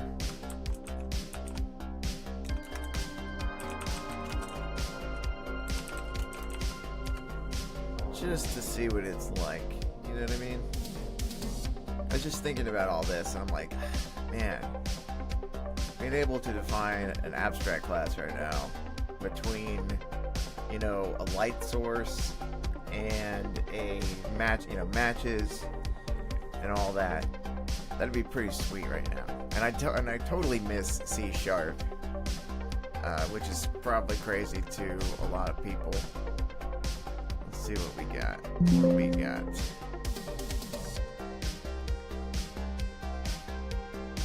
I think it wants me to update. No, I can go modify.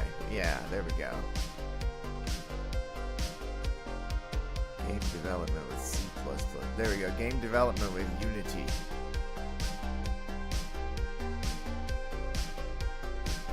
I don't know if that's all I need, but maybe it is. Modify. Yes. Hope that doesn't mess me up too much.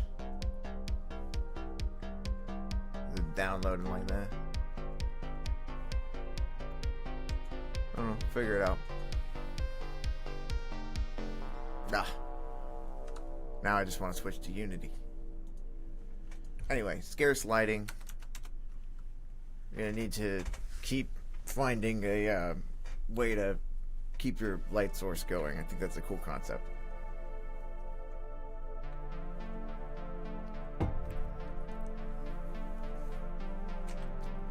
Other than that, I think that there needs to be some thought right here in the beginning about what's the actual story, because this can't be... I've seen a lot of games come out and there's not a lot of thought about the story. So I think that, you know, if we were gonna do a game where you spent, you know, your time in these dungeons that are just basically like reskins of each other, they have different sets of items, and you really wanted to make it interesting, like, I think that you could make it to where, like, you're in like a dream sequence possibly, and you're going through like different phases of your life.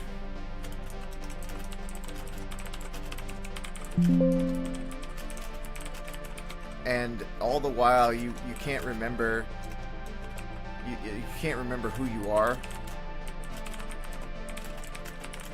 Let me break this up into different lines. You can't remember who you are, and you find various items that remind you of who you are, and we'll have to kind of define who you are. And I think who you are maybe could be random. Possibly we could have multiple things of who you are, and then the items that kind of remind you along the way. That'd be pretty sweet. Keep the gameplay interesting for when you change from this to that.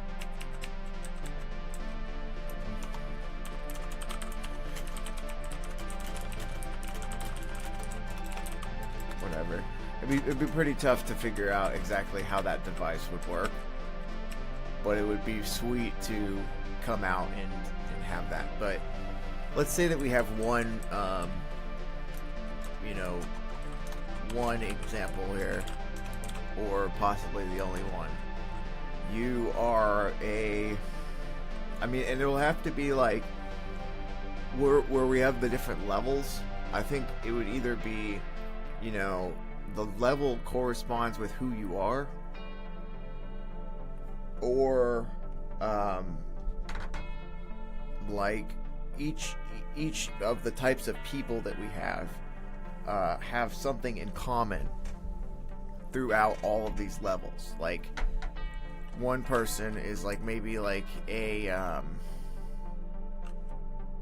nurse who went to the school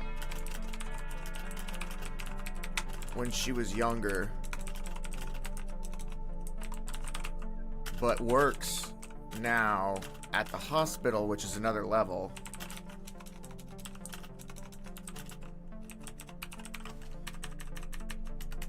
So each person has to have an association with each of the levels that represents a different part in their life. And we'll define 4 different levels. We'll say 1 is a school. Naturally, I've always wanted it to be a school. And it's going to be spooky. Kind of, hopefully. They'll all be set in present time.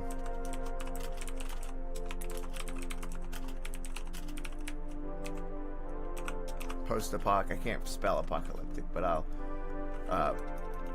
abbreviate right there. All set in present post-apocalyptic times. I guess present and post-apocalyptic. That's not valid. It's oxymoronic. So we're all set in the post-apocalyptic times, and so each person, each character, has something to do. Had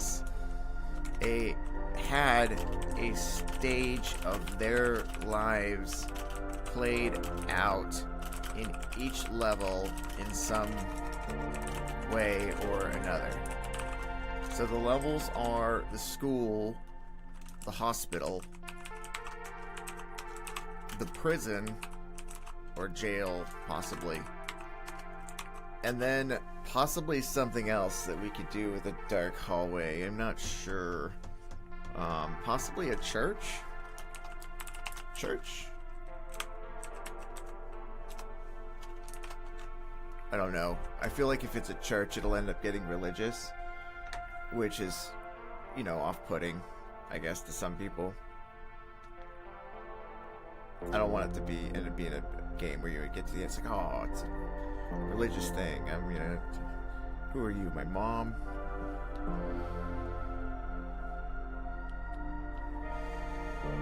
We'll leave that one as question marks. So let's say that the first person 1 is Shayla.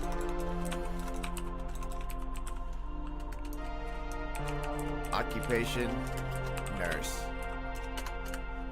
And then we'll go through each level. So she went to the school when she was little. Okay?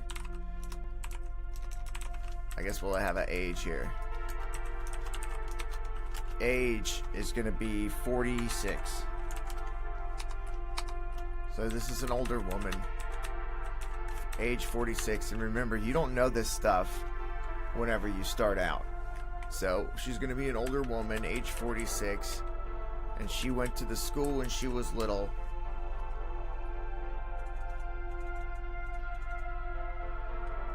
Obviously, she works at the hospital and the prison.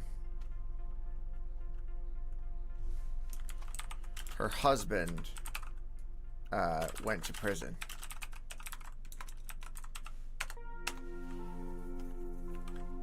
And I just realized I'm on 134 there.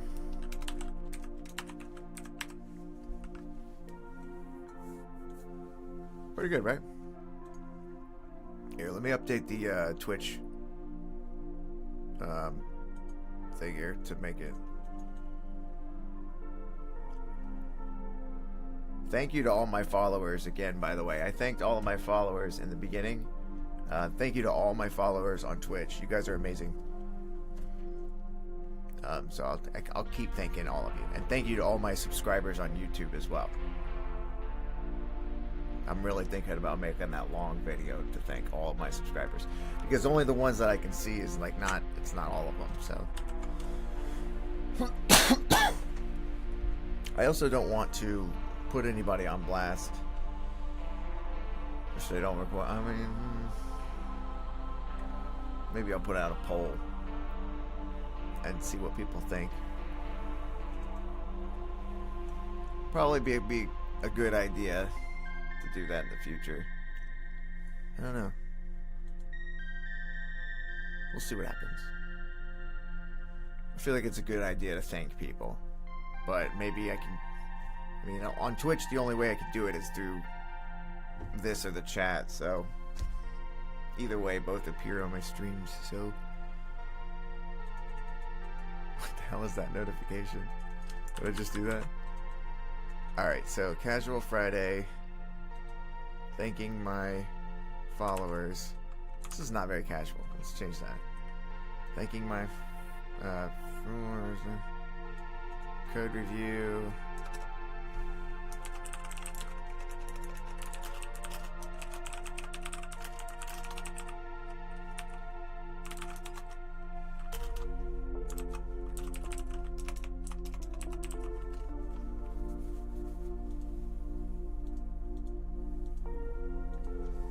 Gotta emoji it up, you know what I mean?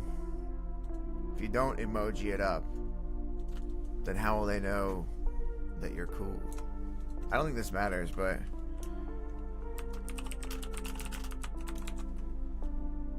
done. I don't know, is that what people see when they are on my stream? I'm a noob to Twitch. Go back to Twitch. Get out of here before the trash starts playing. Man, I'm looking pretty relaxed there. Man, I'm looking pretty relaxed there.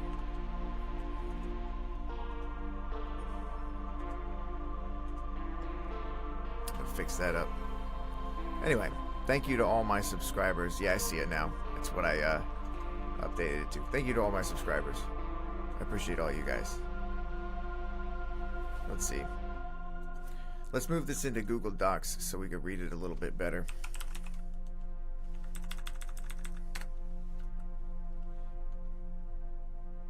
There's my resume. If any of y'all are hiring, let me know. Alright, we'll just move all of our texts into there. And we'll go ahead and close this out. Keep things nice and organized. Alright, so this is the ideas for Dark Hallway. Really, that's a different document. So we'll just save this one as yeah, ideas for Dark Hallway. That works fine. And then we'll make a copy of it, and we'll name it Story. Dark Hallway Story and Characters.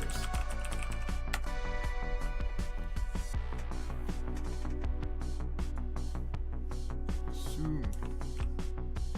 Go ahead and get rid of all of this stuff. Story and characters. And I just wanted to bring it in here so we could do things like make it bold in certain places. We could add some lines if we wanted to.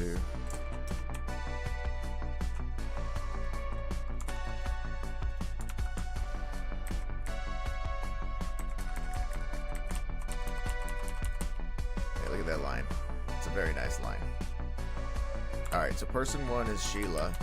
Just got done making her. And we'll go ahead and make person two. We'll make person two Billy. Billy is unemployed, but we'll put child as the occupation because it's unemployed doesn't seem like it qualifies it properly. Billy is a child, age 6.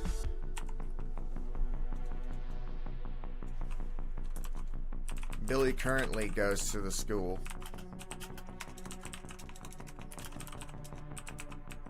Is enrolled in kindergarten at the school.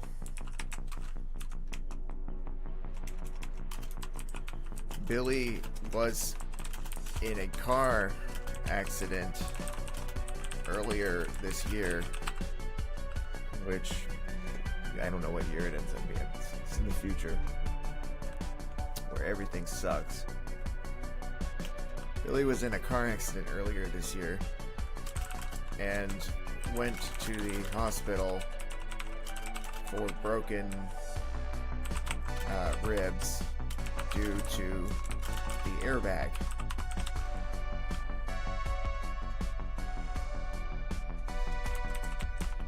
Billy's father is in prison.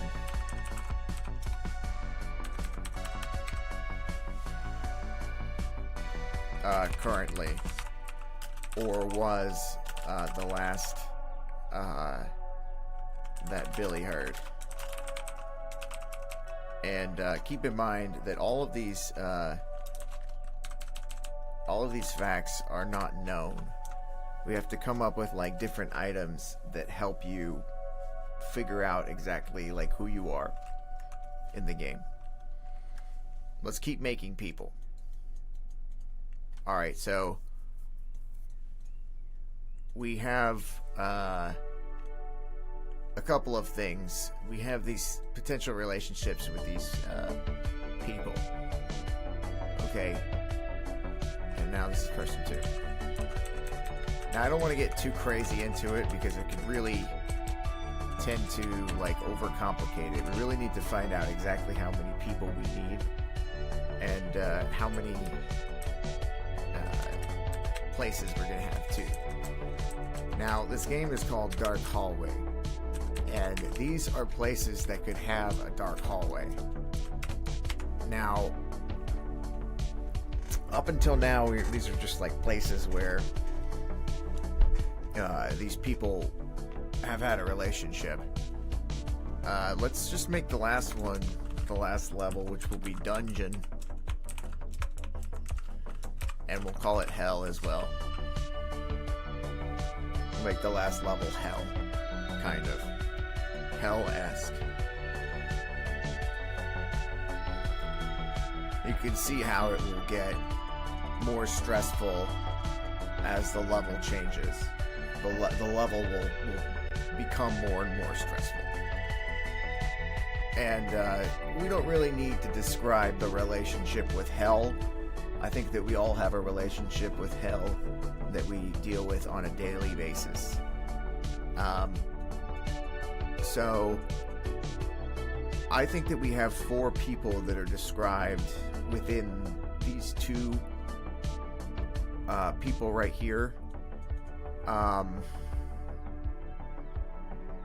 Potentially only 3 people, really.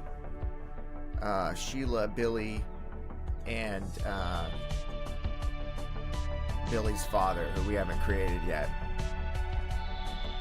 And also, you know, the potential 4th person, Sheila's husband. So,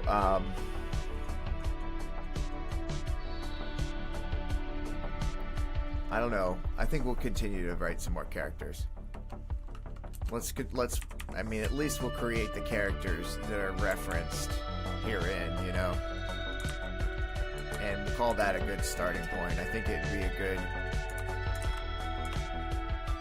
this is a good place where we could expand more in the future. But I think starting with 4 is going to be a good jumping off point. Especially when we really have to continue and work through this. So, person 3.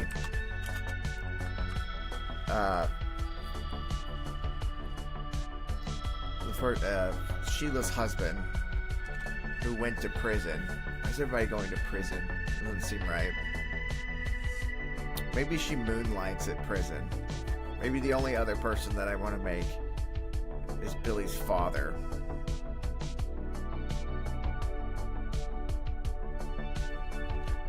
Yeah, whatever.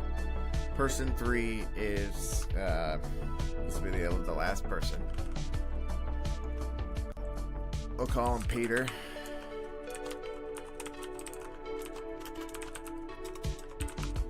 Former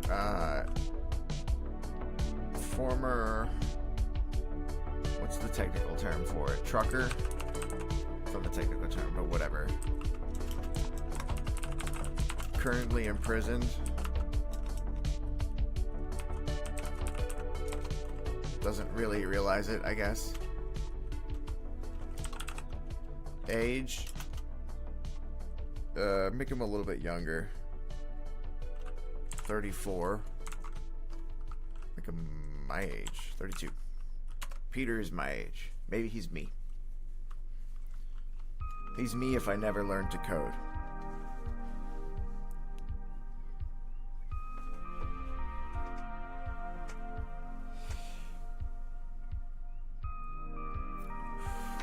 Alright.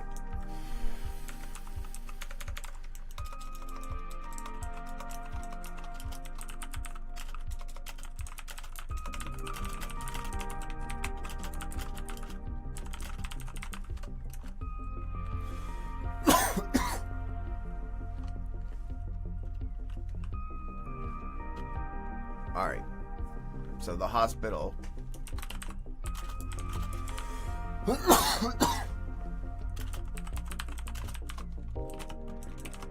Peter has had several ODs and car accidents. But his most prominent memory at the hospital is that earlier in the year, his son Billy was hospitalized in a car accident, and he had to escape from prison just to see him because he thought that he'd die. How about Billy is currently in a coma?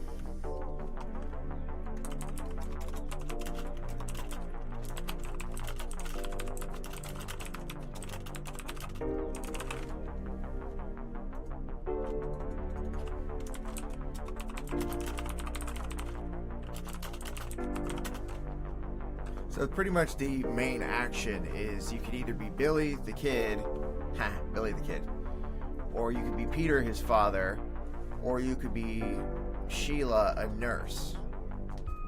See, it seems like these people all had interactions in the exact same event, which is the car accident. So, let's see. I mean, person 4 could be a police officer. I'll just keep going. I mean, why not? I think it's a pretty good way to do the storyline. So, person 4, call him Reggie. Occupation, police officer. And age, we'll make him a rookie. He's a rookie. He's never seen anything like this before in his life. He can't stand. Somebody died. Somebody died during the car accident. Okay. All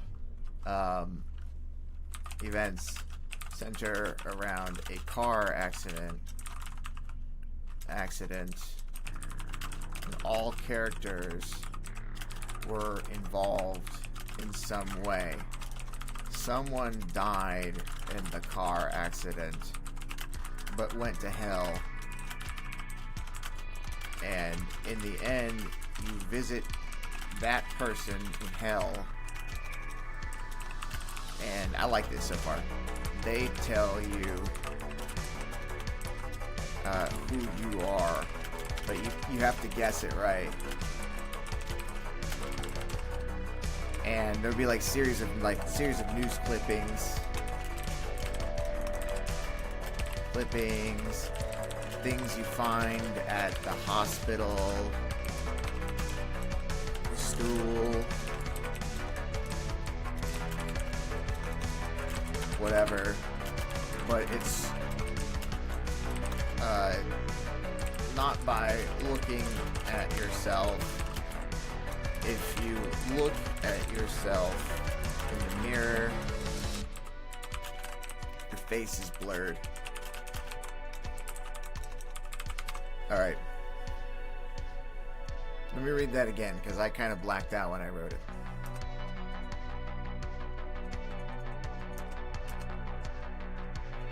Each character had a stage of their lives played out in each level in some way or another. All events center around a car accident, and all characters were involved in some way.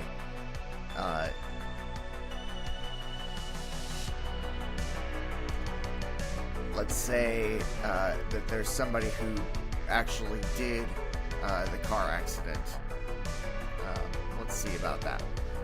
So Peter is just Billy's father. He just wasn't there whenever it all went down, and he had to escape prison to go see Billy whenever the what is it? Whenever the whole thing happened, right? So, like, the thoughts that you have are going to be what tells you who you are, basically. I think is how we're going to do it. Yeah, that'll be easy once we figure it all out. Once we get it scripted. Alright, so the police officer, none of that stuff is right. I wanted to make him a rookie, I think. We'll make him age 24. And his police, we'll make him rookie police officer, just so we're clear. Age 24. Who are you? Well, that's what I want is these things.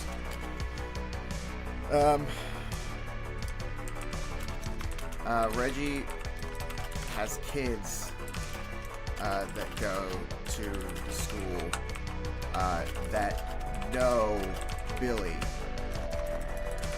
I suppose. We're describing the person's relationship with the level. And so Reggie, this is with the hospital, Reggie rushed Billy. Reggie was at the scene of the accident and was and rushed Billy to the accident, to the hospital in his squad car. He also arrested his father, Peter, when he escaped prison to see his son, but he also is the emotional part. You ready? He also gave him 5 minutes to speak with him. And Peter's currently in prison, so we can't do something like he let him go or whatever, but he had compassion and give him 5 minutes to speak with him. He's a rookie cop, though. So maybe he possibly let him go. But we'd have to change things around with Peter. Possibly let him go. We'll revisit characters soon.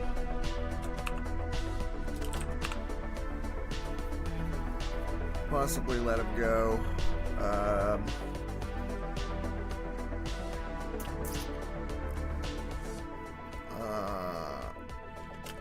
Would need to change things around with Peter. Maybe some jumping jacks or something. Alright.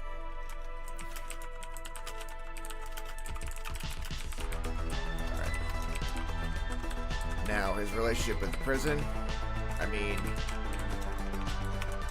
he took Peter to the prison when he arrested him for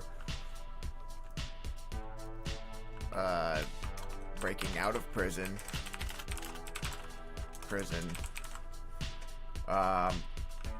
to see his son Billy in the hospital.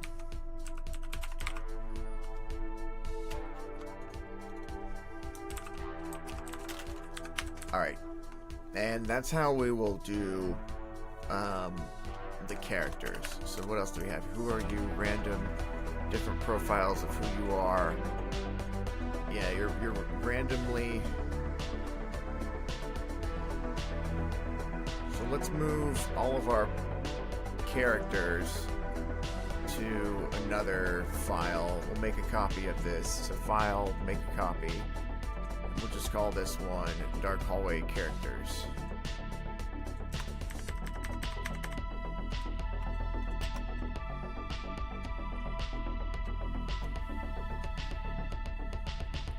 Yeah, make a copy.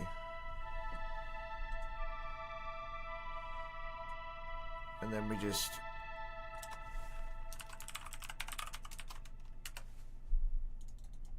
have the characters.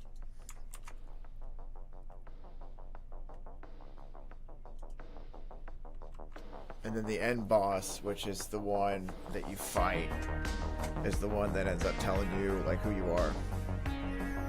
And you have to guess it, basically, to kill them. You have to guess it to kill them. Who does it end up being? It ends up being the person that died in the accident. The person that died in the accident.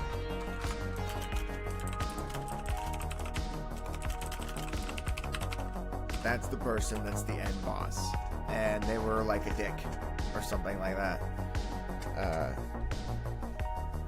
Bad person. They were drunk driving. They were the one that was drunk driving. And they were the abuser too. Just a terrible person. That's why they went to hell. And you have to visit hell to see them. How do you get to hell? Yeah, that's a good question. So you go from prison to hell. So you must find some sort of like voodoo thing. I don't know. It's gonna be a big game.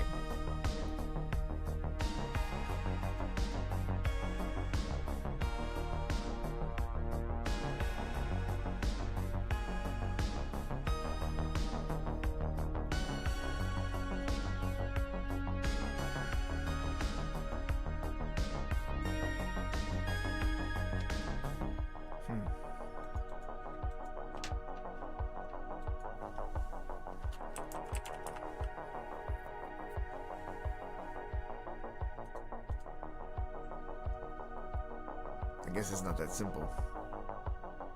Maybe I need to update it. I don't think I need to update the old one, right? Just this one.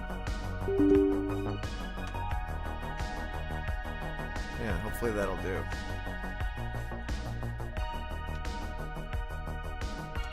Alright, there's all my characters. Remove this. And then we can leave that there. And then from here we can remove the characters, because we have it in another file.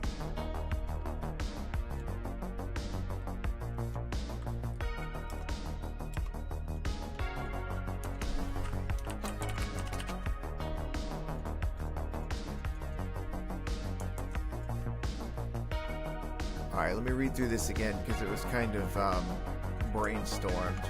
Just want to make sure that it has structure, or if it needs structure. So story idea is 1, dream sequence, going through different phases of your life.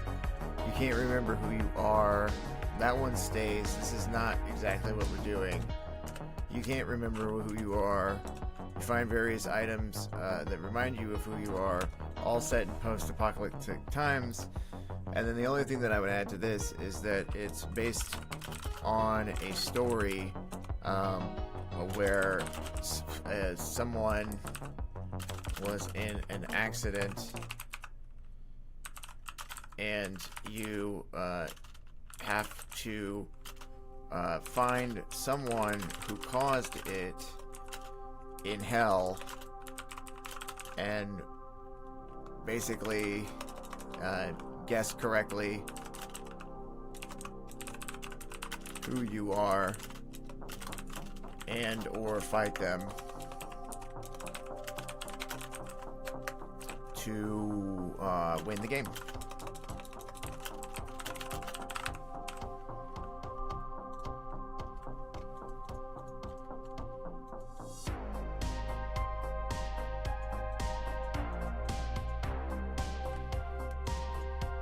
Yeah, this expounds on that a little bit.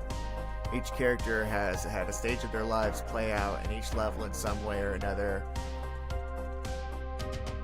All events center around the car accident, and all characters were involved in some way. Someone died in a car accident, but went to hell, and in the end, you visit that person in hell, and they tell you who you are, but you have to guess it right. Okay. Series of clippings, news clippings, things you find at the hospital. I don't know what you would find at the prison. I guess you just that's kind of where you start your journey to hell. I think that's where you start seeing the dark stuff. Everybody has something dark going on at the prison. Maybe the cop was beating people at the prison or something. Like maybe he's the one. Like maybe it's warning him that he'll go to hell soon. I don't know. The scripts are going to be different per character, so probably a lot of writing on this one.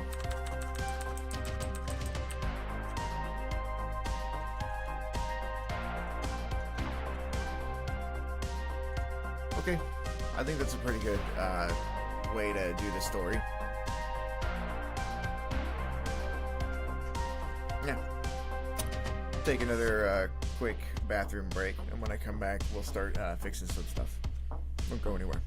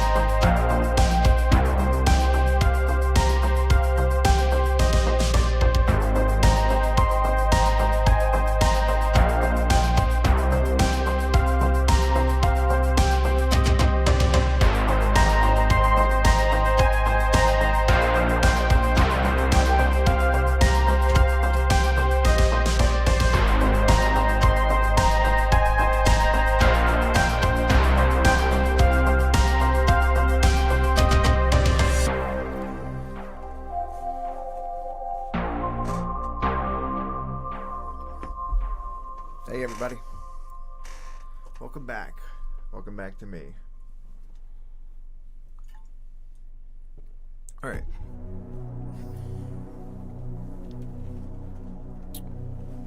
so right now we have nothing on the commit, and our context menu is a little bit jank in the way that it works, and that is it only opens on the vicinity item, and that's not really what we want. That's right here. Let me make this slightly larger.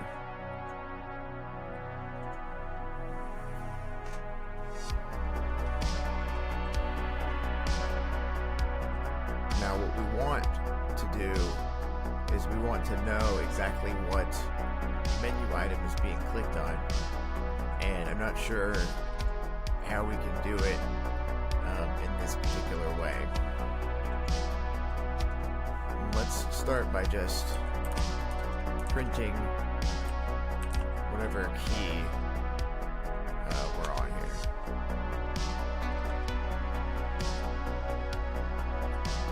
Not necessarily items, just key.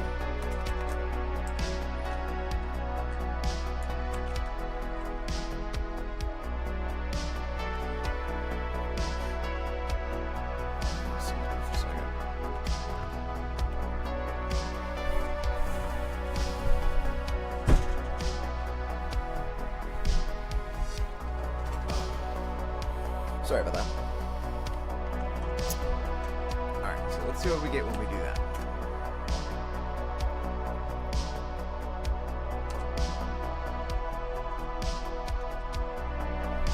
All we get is the string representation of the key. We're not getting an event or anything like that, unfortunately. So let's see how we're supposed to handle that in Ursina, where we get the actual what's clicked on. And I know that we can just look at the inventory real quick. Here we have some buttons, and they have these on-click functions. So possibly we need an on-right-click function. And that'll just be what opens the context menu. I think that's what it's going to have to be.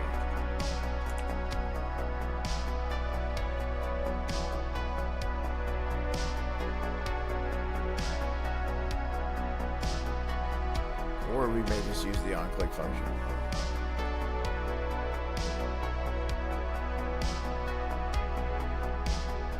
I guess that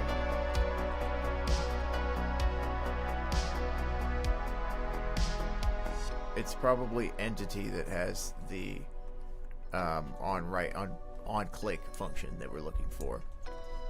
So let's just look at that.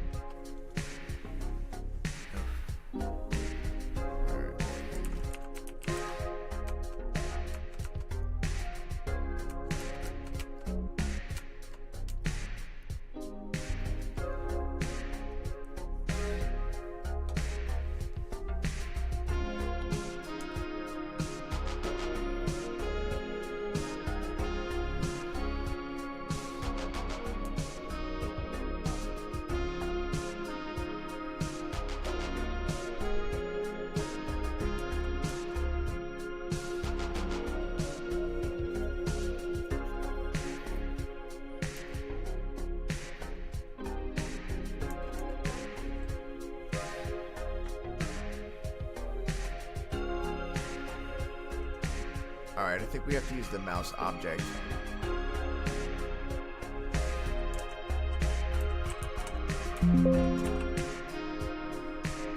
Hey, thank you. Appreciate that. Thank you. Alright, so mouse has velocity, position, and all that, so it looks like we're going to have to derive what we're clicking on from our mouse position. So let's start by seeing what the mouse position actually is first. So right here,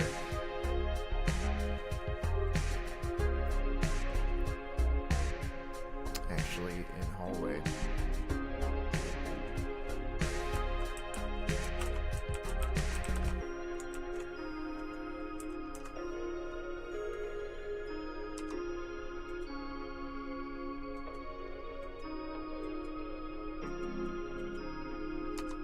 Looks pretty close to the between 0 and 1 scale that we were looking at previously.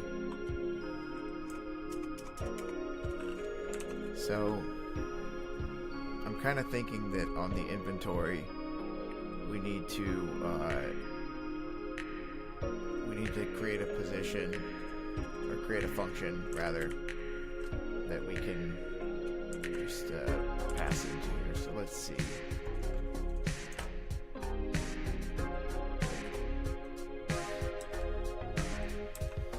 Let's say a function called handle right click, and I think within that we'll be able to access that same mouse class, so we don't need to worry about passing that in or anything. And then the enabled function, that's something that we can handle on that side too. So, and then also we don't want to be on vicinity. We want to be on inventory, because inventory is the stuff that we actually have in our inventory. So over here in the inventory class, let's go ahead and get rid of the other files that are open there. Over here in the inventory class, what we want to do is we want to create that handle right-click function. So somewhere here, probably just at the end here, not at the main function. In the class, create handle right-click. Right, yes. We'll print inventory click. That's all well and good. But what we want to do first is first turn down the music. This song is epic. Alright, so we want to do out of bounds.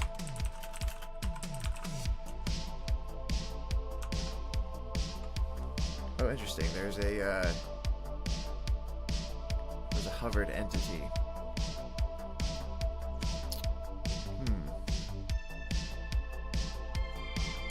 I wonder what that gives us. So if we pop up back over to hallway, just comment that out for now because it's gibberish. And then what if we just print mouse.hovered entity?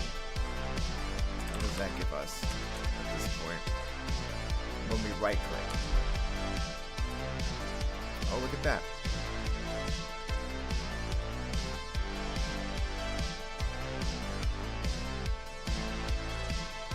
Okay. Pretty cool. It's printing the name of the entity. That's cool. So if I do .name, will it give me the same thing? Curious. Will it break? Yeah, it does give me the same thing. Okay. So, in theory, I'm working with the entity right there. Right there, mouse hovered entity. So, I mean, can't I just replace this with this?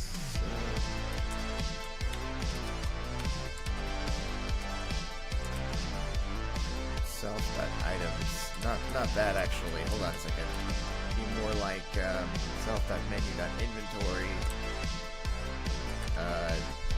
Dot items. Not 0 though. I'm trying to think of which one it would be. That's the thing. It would have to know which one was the right one. So that's why I think I'm going to go ahead and do what I was going to do before. Do handle right click. And then we'll have to create some logic. Self.menu. Inventory. Handle right click. Exactly. Okay, pop back over to inventory. But having that mouse dot hovered entity is gonna be super useful.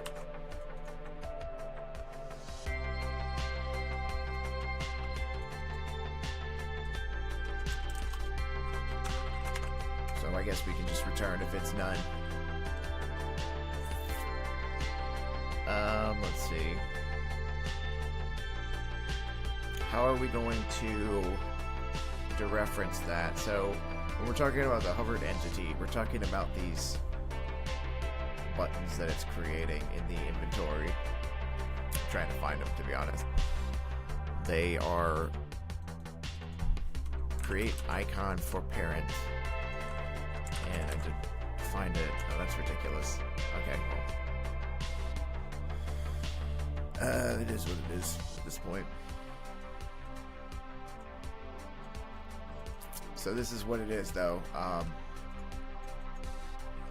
It has a item name.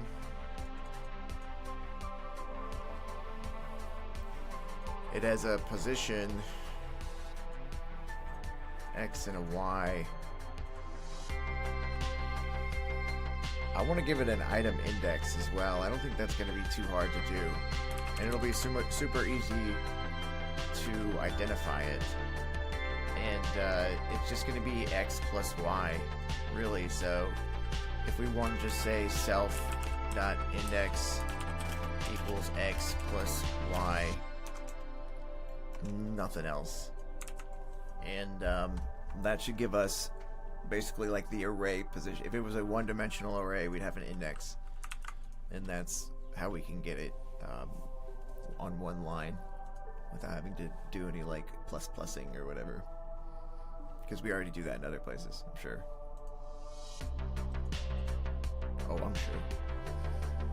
So now that we have an index on the button, we can identify it easily for when we do handle right click. It should be handle right click. Alright, mouse.hovered entity.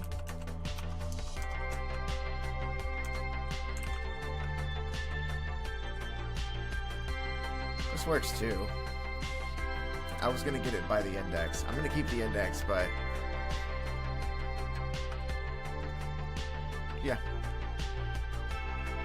So this should do the trick. Let's see if it works.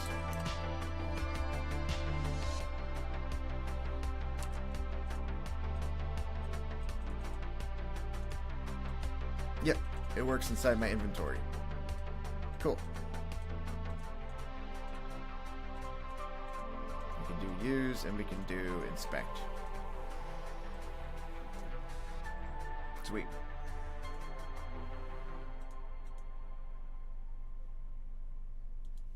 Alright, what did we mess up here?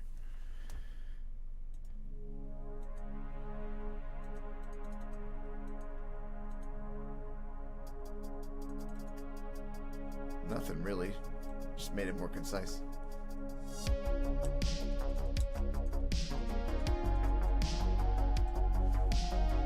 Self.menu.enable. I think we need that trash. That's looking good. Looking good, looking good. Alright.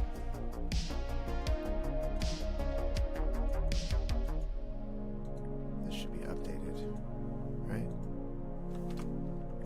Or are we at a different line?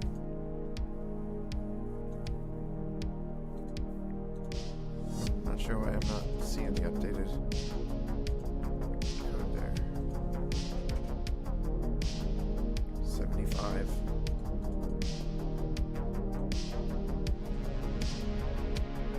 Oh, 80. That's completely broken. 80. I don't know, it looks fine to me.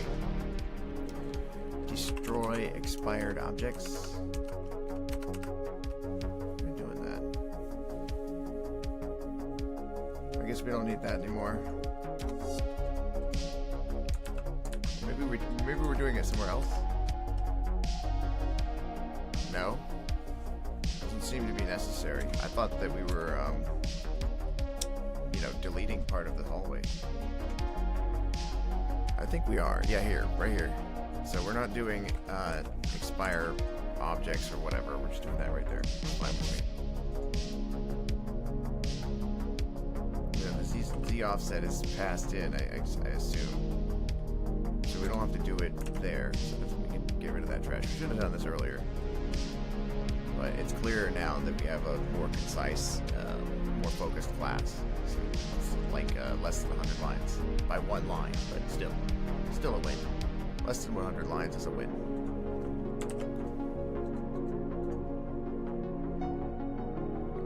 Yeah, we got a lot we can remove here, but I'm keeping it in for reference.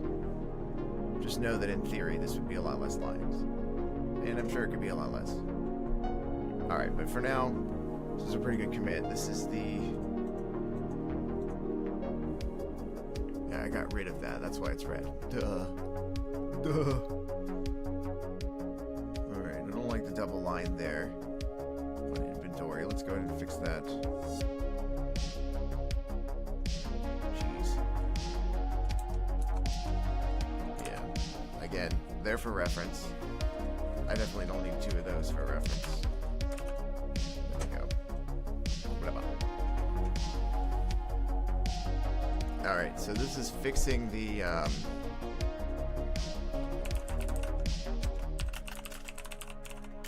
context menu, plus what else are we doing?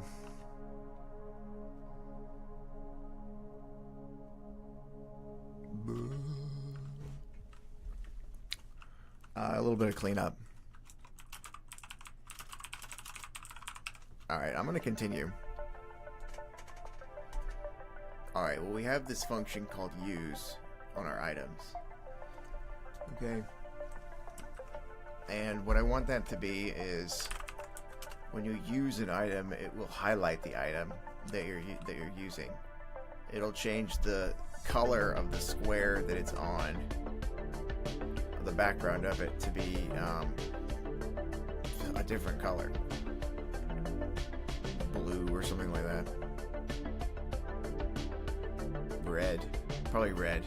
Nice red color. So let's do that.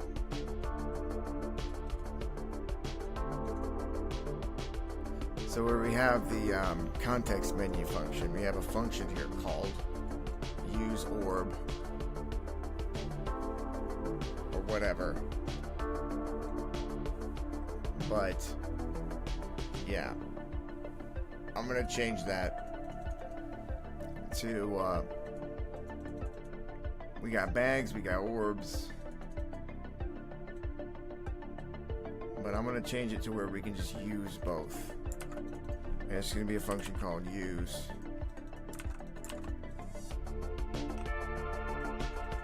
Not open. I know it doesn't make sense not to open a bag. I think that's right, but we're going to have this different. And inspect is going to be the same too. But we're not going to deal with inspect right now. Open is going to say bye-bye. Use is going to be that. Use.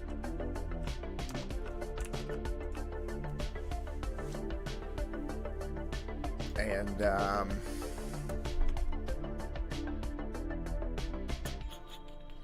this point we're going to need a reference to the inventory somehow. I'm trying to think how we're going to do that. Well, we got the item here. And I think that's going to be probably it. It's going to be like...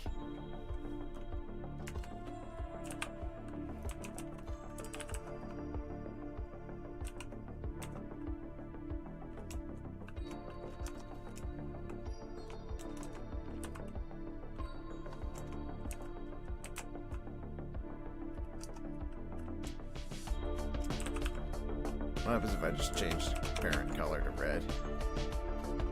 Alright, let's see if that does anything.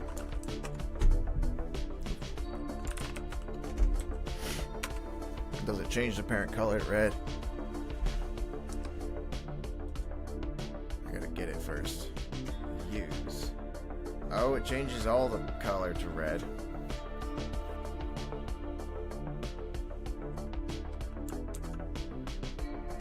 Alright, that's almost what we want, except probably just not the parent.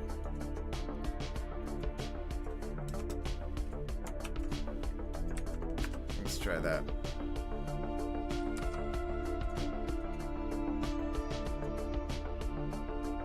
That's okay, that's not exactly what I wanted.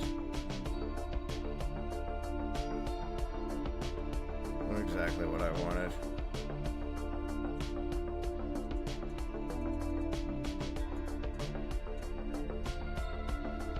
Yeah, that's okay though, I guess.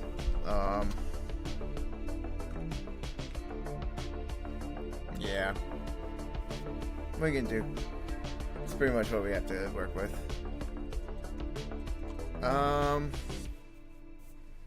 Maybe we can set a border for the button. That would probably look a little bit better. At least that would look a little bit better. So let's see, we have a button here. Okay. And do we have a border or like a highlight maybe? Borderless. feel like it's straight away from the button itself.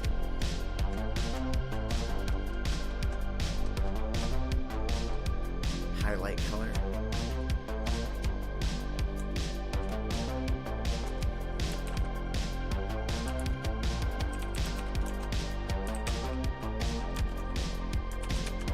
Let's see what that looks like.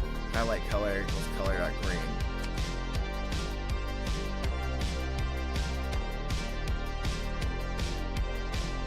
Oh, it changes. Okay, so that highlight color is when I'm hovering over it. Okay, fine.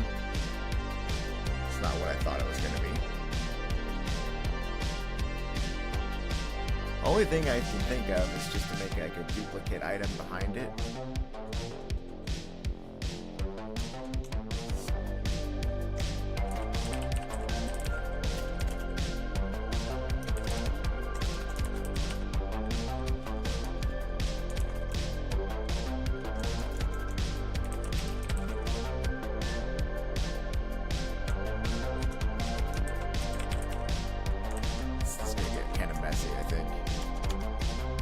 So what I want to do kind of here is make a button behind it that is slightly bigger and a different color.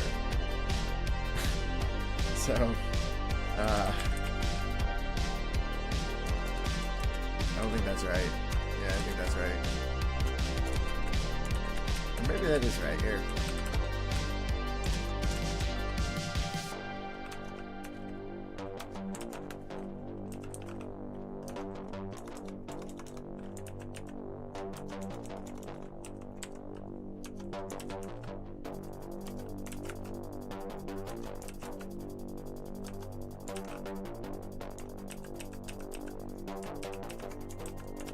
I don't know, what is that going to do?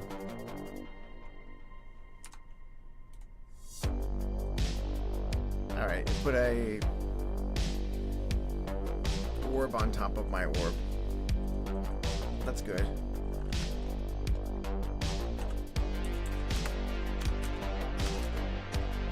Let's have it set the other attributes to it. And then let's make the scale more dramatic for now. And let's change the color to red. Let's see what that looks like.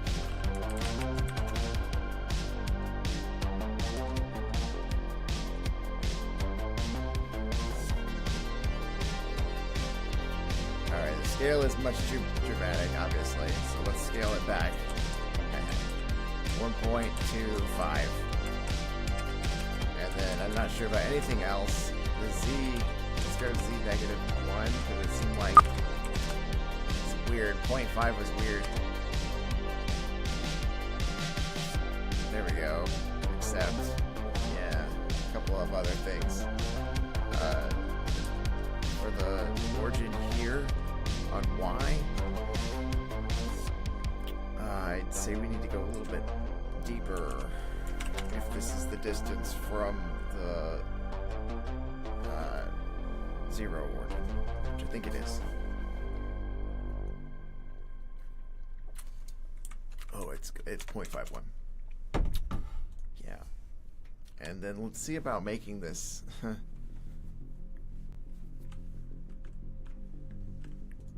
don't know. Let's put the parent as self.item. That parent, sure, yeah, that works to me.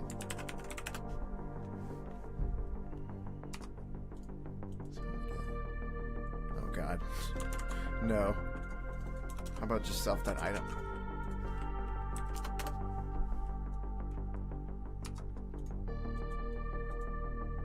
Yeah. Self.item works. The Z is not working out. Let me see if I can lower that to negative 10. No, yeah, it's not, doesn't want to appear behind it. So I don't know if I'll be able to achieve that unless we can, like, do...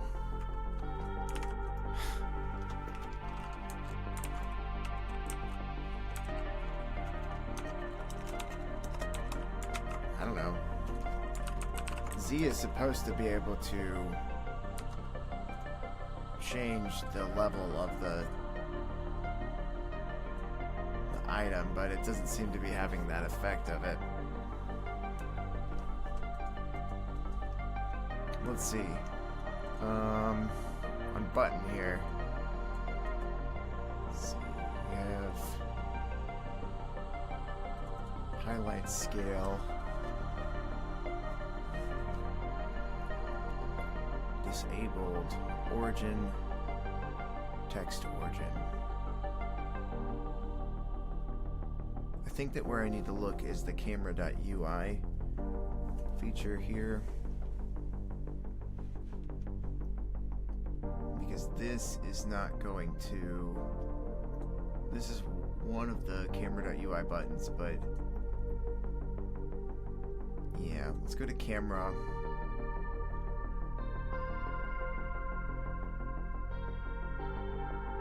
Yeah, this is not where I want to be, I don't think. I want to be where it describes how to use camera.ui. Let's see.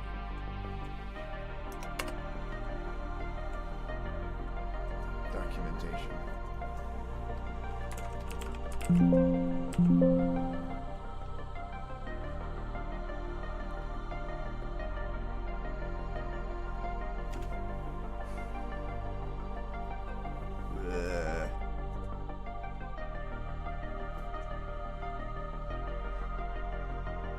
Yeah, it's describing that 0 to 1 thing. Or I guess it's 0 to 0.5. That's interesting. Interesting. Very interesting. Kind of. Alright, but nothing about the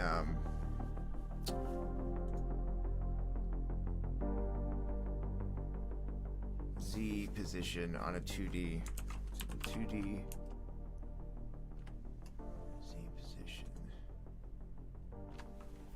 2D. So scale, position, color, texture, model. What is an entity? Origin?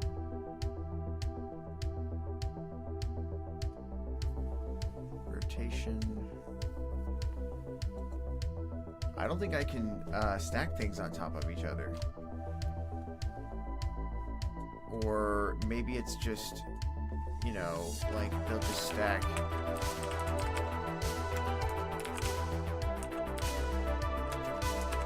I don't know, this is a long shot. Maybe if I disable it and then enable it, is that even the right thing that I got? Yeah, no, I did self. So I wanted to do a background over item. It doesn't have to necessarily be a property of item. So I'll just make it as its own variable just for now. I don't think that's going to change anything, but it's more sacred, more proper. And then the problem that I'm having is that this is not I'm setting the Z to -10 on this background button. Alleged background button. You know, now that I think about it, it could just be, yeah, no, never mind.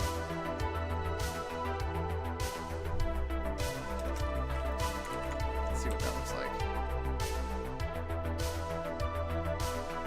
Let's change this to self.item.z. Dot enabled. Let's see what that looks like.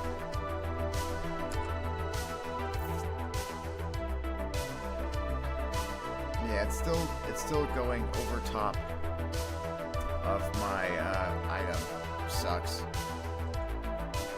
Now the other idea that I had was to change the parent to self.item.parent,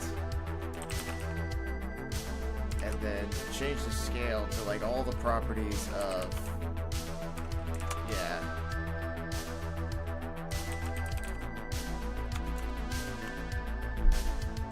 Everything that the item has, I'll just steal it from it. Wish there was a quick way to do that. Let's see if that's enough.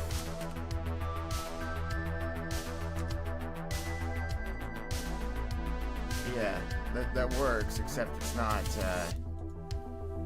it's it still appears over top of it, which sucks.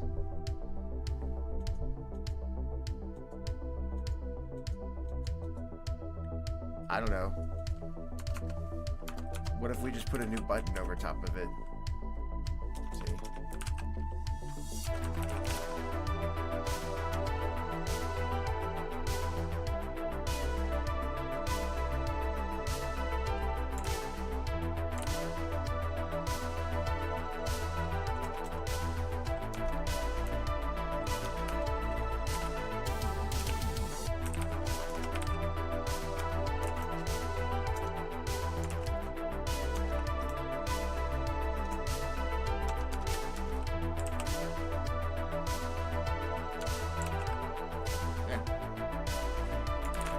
Let's do that one.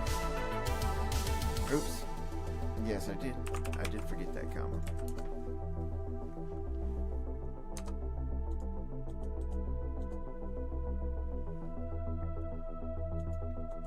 I still don't see anything.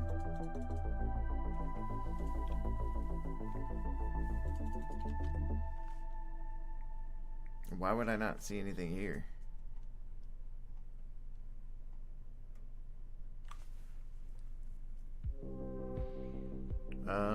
I got everything set.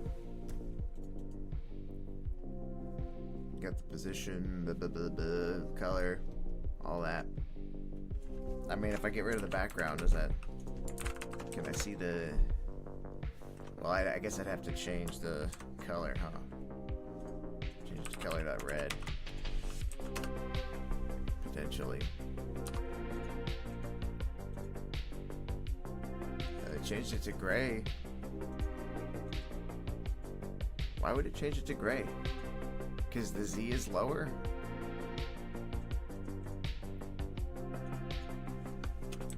It's interesting.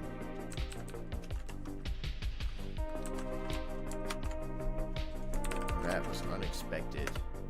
Thought it would be red, right? So changing it to gray. Changing everything to gray. I see what's going on. Possibly. It's not working. That's what's going on.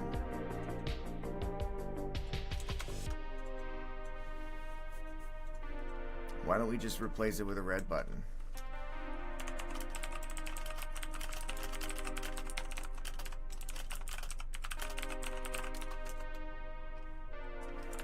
I think that all we really have to do is just change the color of the button.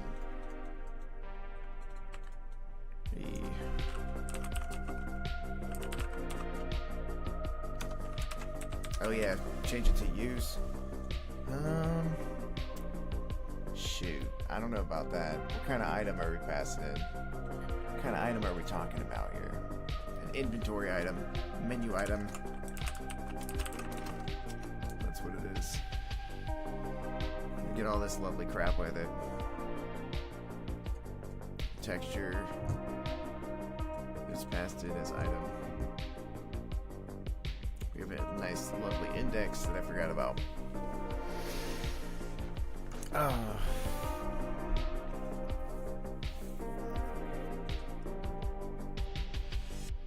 So we want to define a function on here.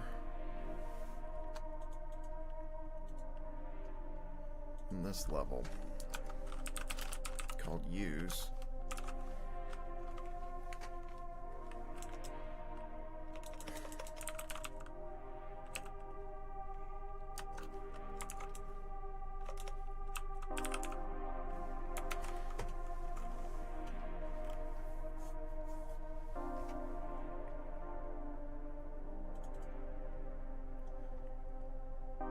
Now when we set the parent to inventory, I think that we can do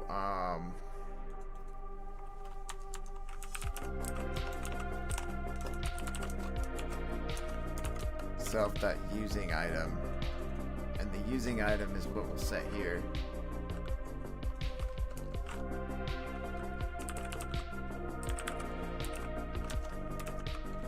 Self.parent.using item equals self, which is awkward, but I think it works in Python somehow.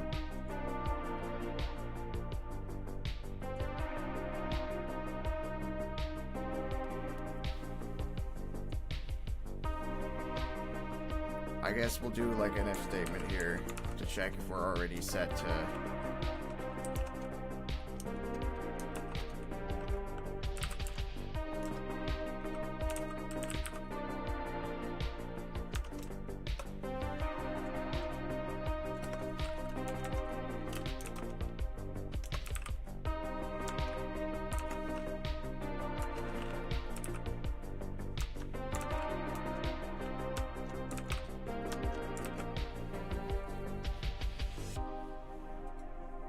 Alright, color white.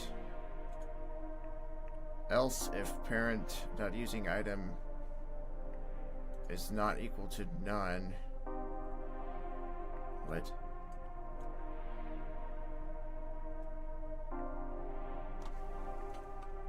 I don't think so.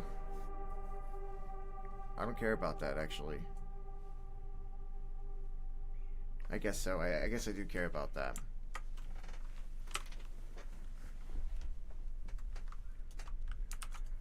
Alright, let's see what that looks like.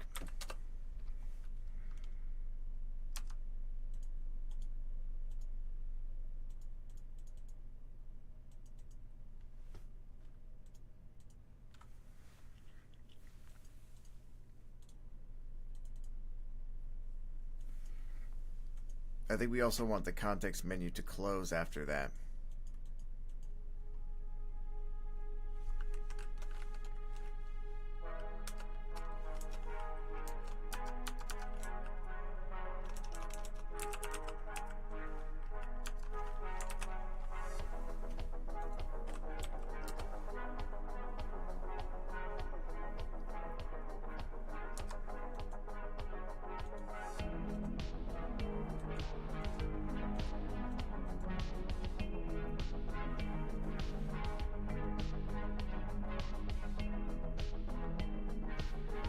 I'm gonna ignore the highlight color for now.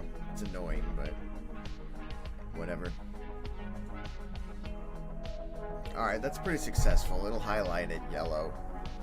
I mean red. And then we'll be able to store that with using item.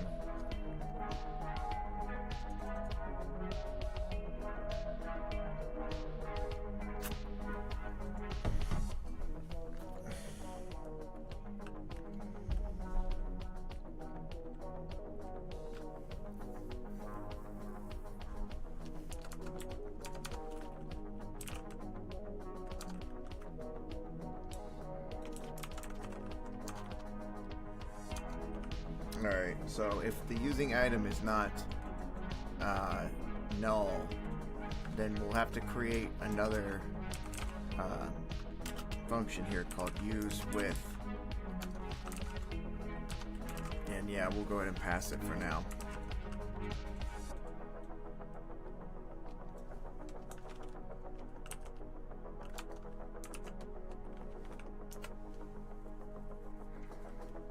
And we're in the menu item class, so we're going self.use with and then whatever the parent menu using item is, and then we'll unset the using item, and then we'll return out of this function because we don't need it anymore. Use with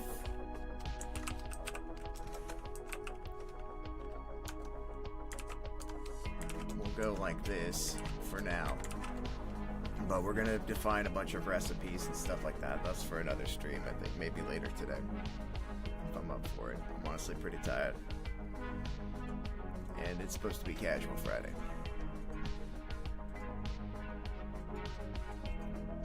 Alright, so use with for now is all it's gonna do is just print that, and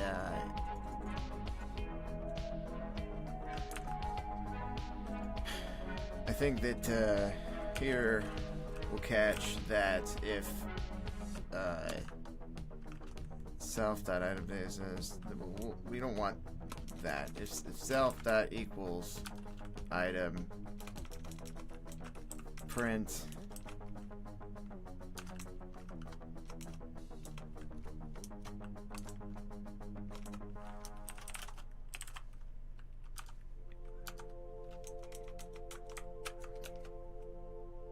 I don't know, maybe there is an item that you want to use with itself, but I think, I hope that those comparisons work correctly and that I can actually, like, identify the entities pretty good.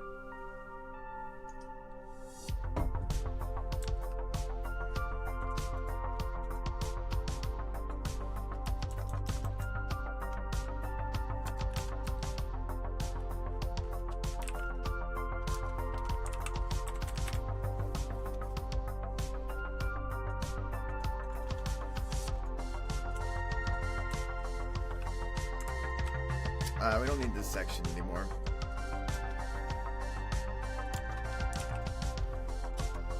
So if self.parent.using item is not equal to none, and it's another thing that we are testing for right here. I think that it's saying that the color of the parent item is set to color white, which is good.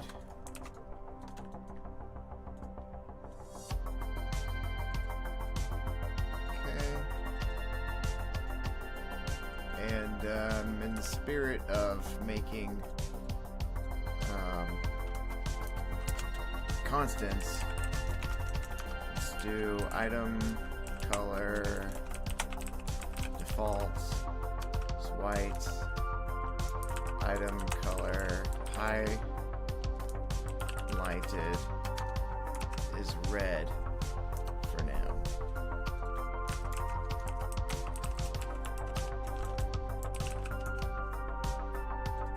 Right there.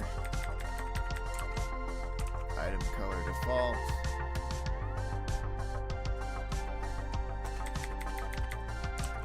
Item color defaults.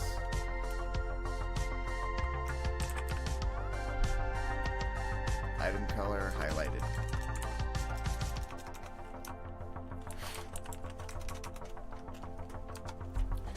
And there we go.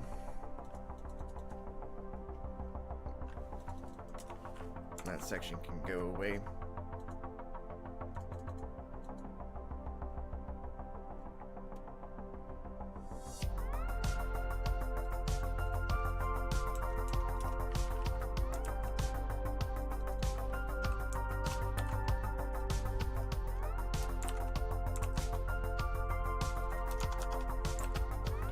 I think that this can happen regardless, so we can move it to the top.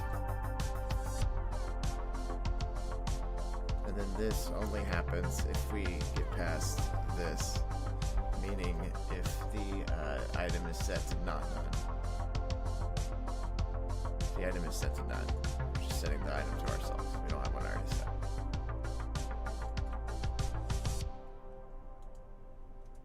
Okay, see how it goes.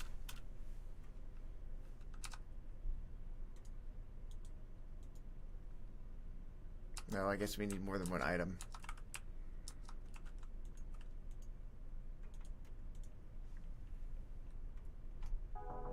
Using orb with orb. You cannot use orb with itself. That's great, because so we're not comparing by just the name. That's good stuff. Okay, cool. One thing that I did notice, though, is that when you get out of the inventory, when you close it, you still have the item highlighted, which kind of sucks. I think that when we close the inventory, we want to have the item unhighlighted. So let's see, where are we doing that? On the escape key, we're setting the menu to not enabled. And then, interesting. So all we're doing is just toggling that.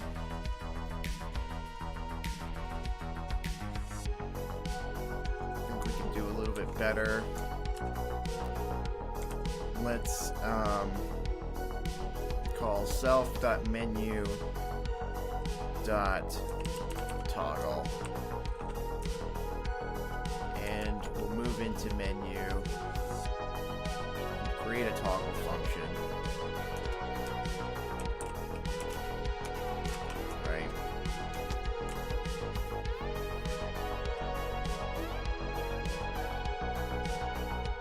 think that that's going to be correct, but I don't know. That's not what I had over there.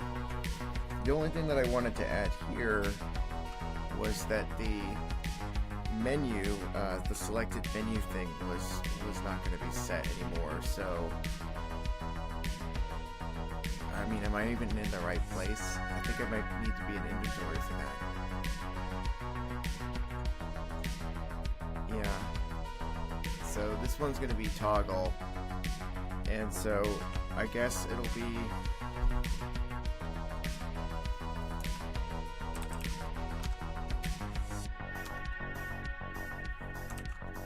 Interesting. I had menu set to the toggle, so I think that would be enough here as well. I don't think I need to deal with all that. But I do need to access menu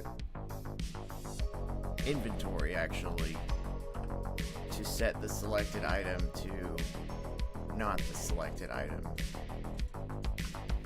So that's where I need to be defining my function here. And so you can see here we are setting the selected item here, and we're unselecting the item here. And so I think that what we can do is we can define two functions: select item and then deselect item.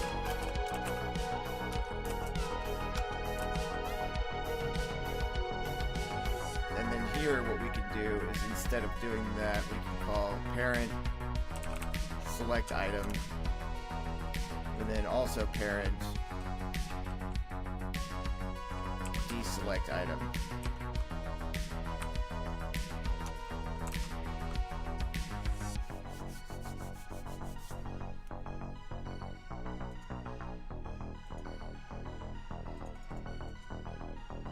And yeah, I think that that's good to go.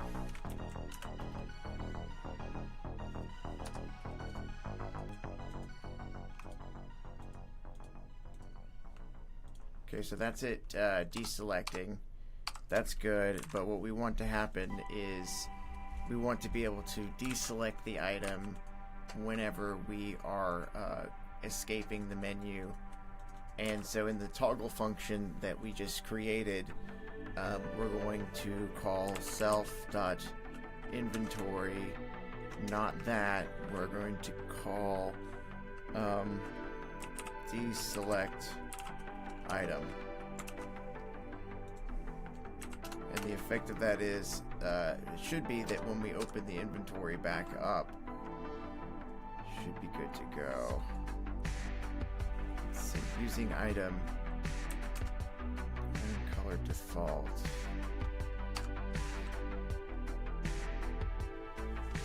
Let's see, what have we done wrong there?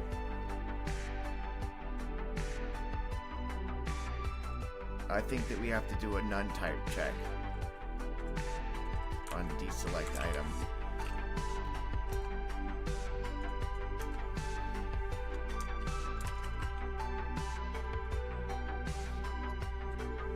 And while we're at it, why don't we do that here? I don't know if I entirely agree with that. Yeah, okay. No, I don't agree with that. Get rid of it. This one's safe because item is passed in. I think that's it. I think I'm not gonna let the behavior be dictated like that. Okay, and then yeah, when we open it up, back up, we're deselected. Good stuff. All right, we're satisfied, and I'm good with this particular progress. So yeah, what we did was we made it to where we can use items with one another. And it doesn't do anything right now, but it's the start and the lead to the next thing, which is possibly crafting recipes. But there's a couple of other things that we can fix. And then there's the story that we're developing. A lot of exciting things happening for Dark Hallway. So, until next time, thank you for joining. And if you haven't already, make sure you like and subscribe on YouTube and follow on Twitch. Please follow on Twitch, and we're going to do regular thank yous to our Twitch followers. And while the list is still small. And then maybe one for YouTube as well. But that's a bigger list, and I don't have a lot of time to make videos and stuff. But yeah, I appreciate everybody for joining as always, and I'll see you next time. Bye.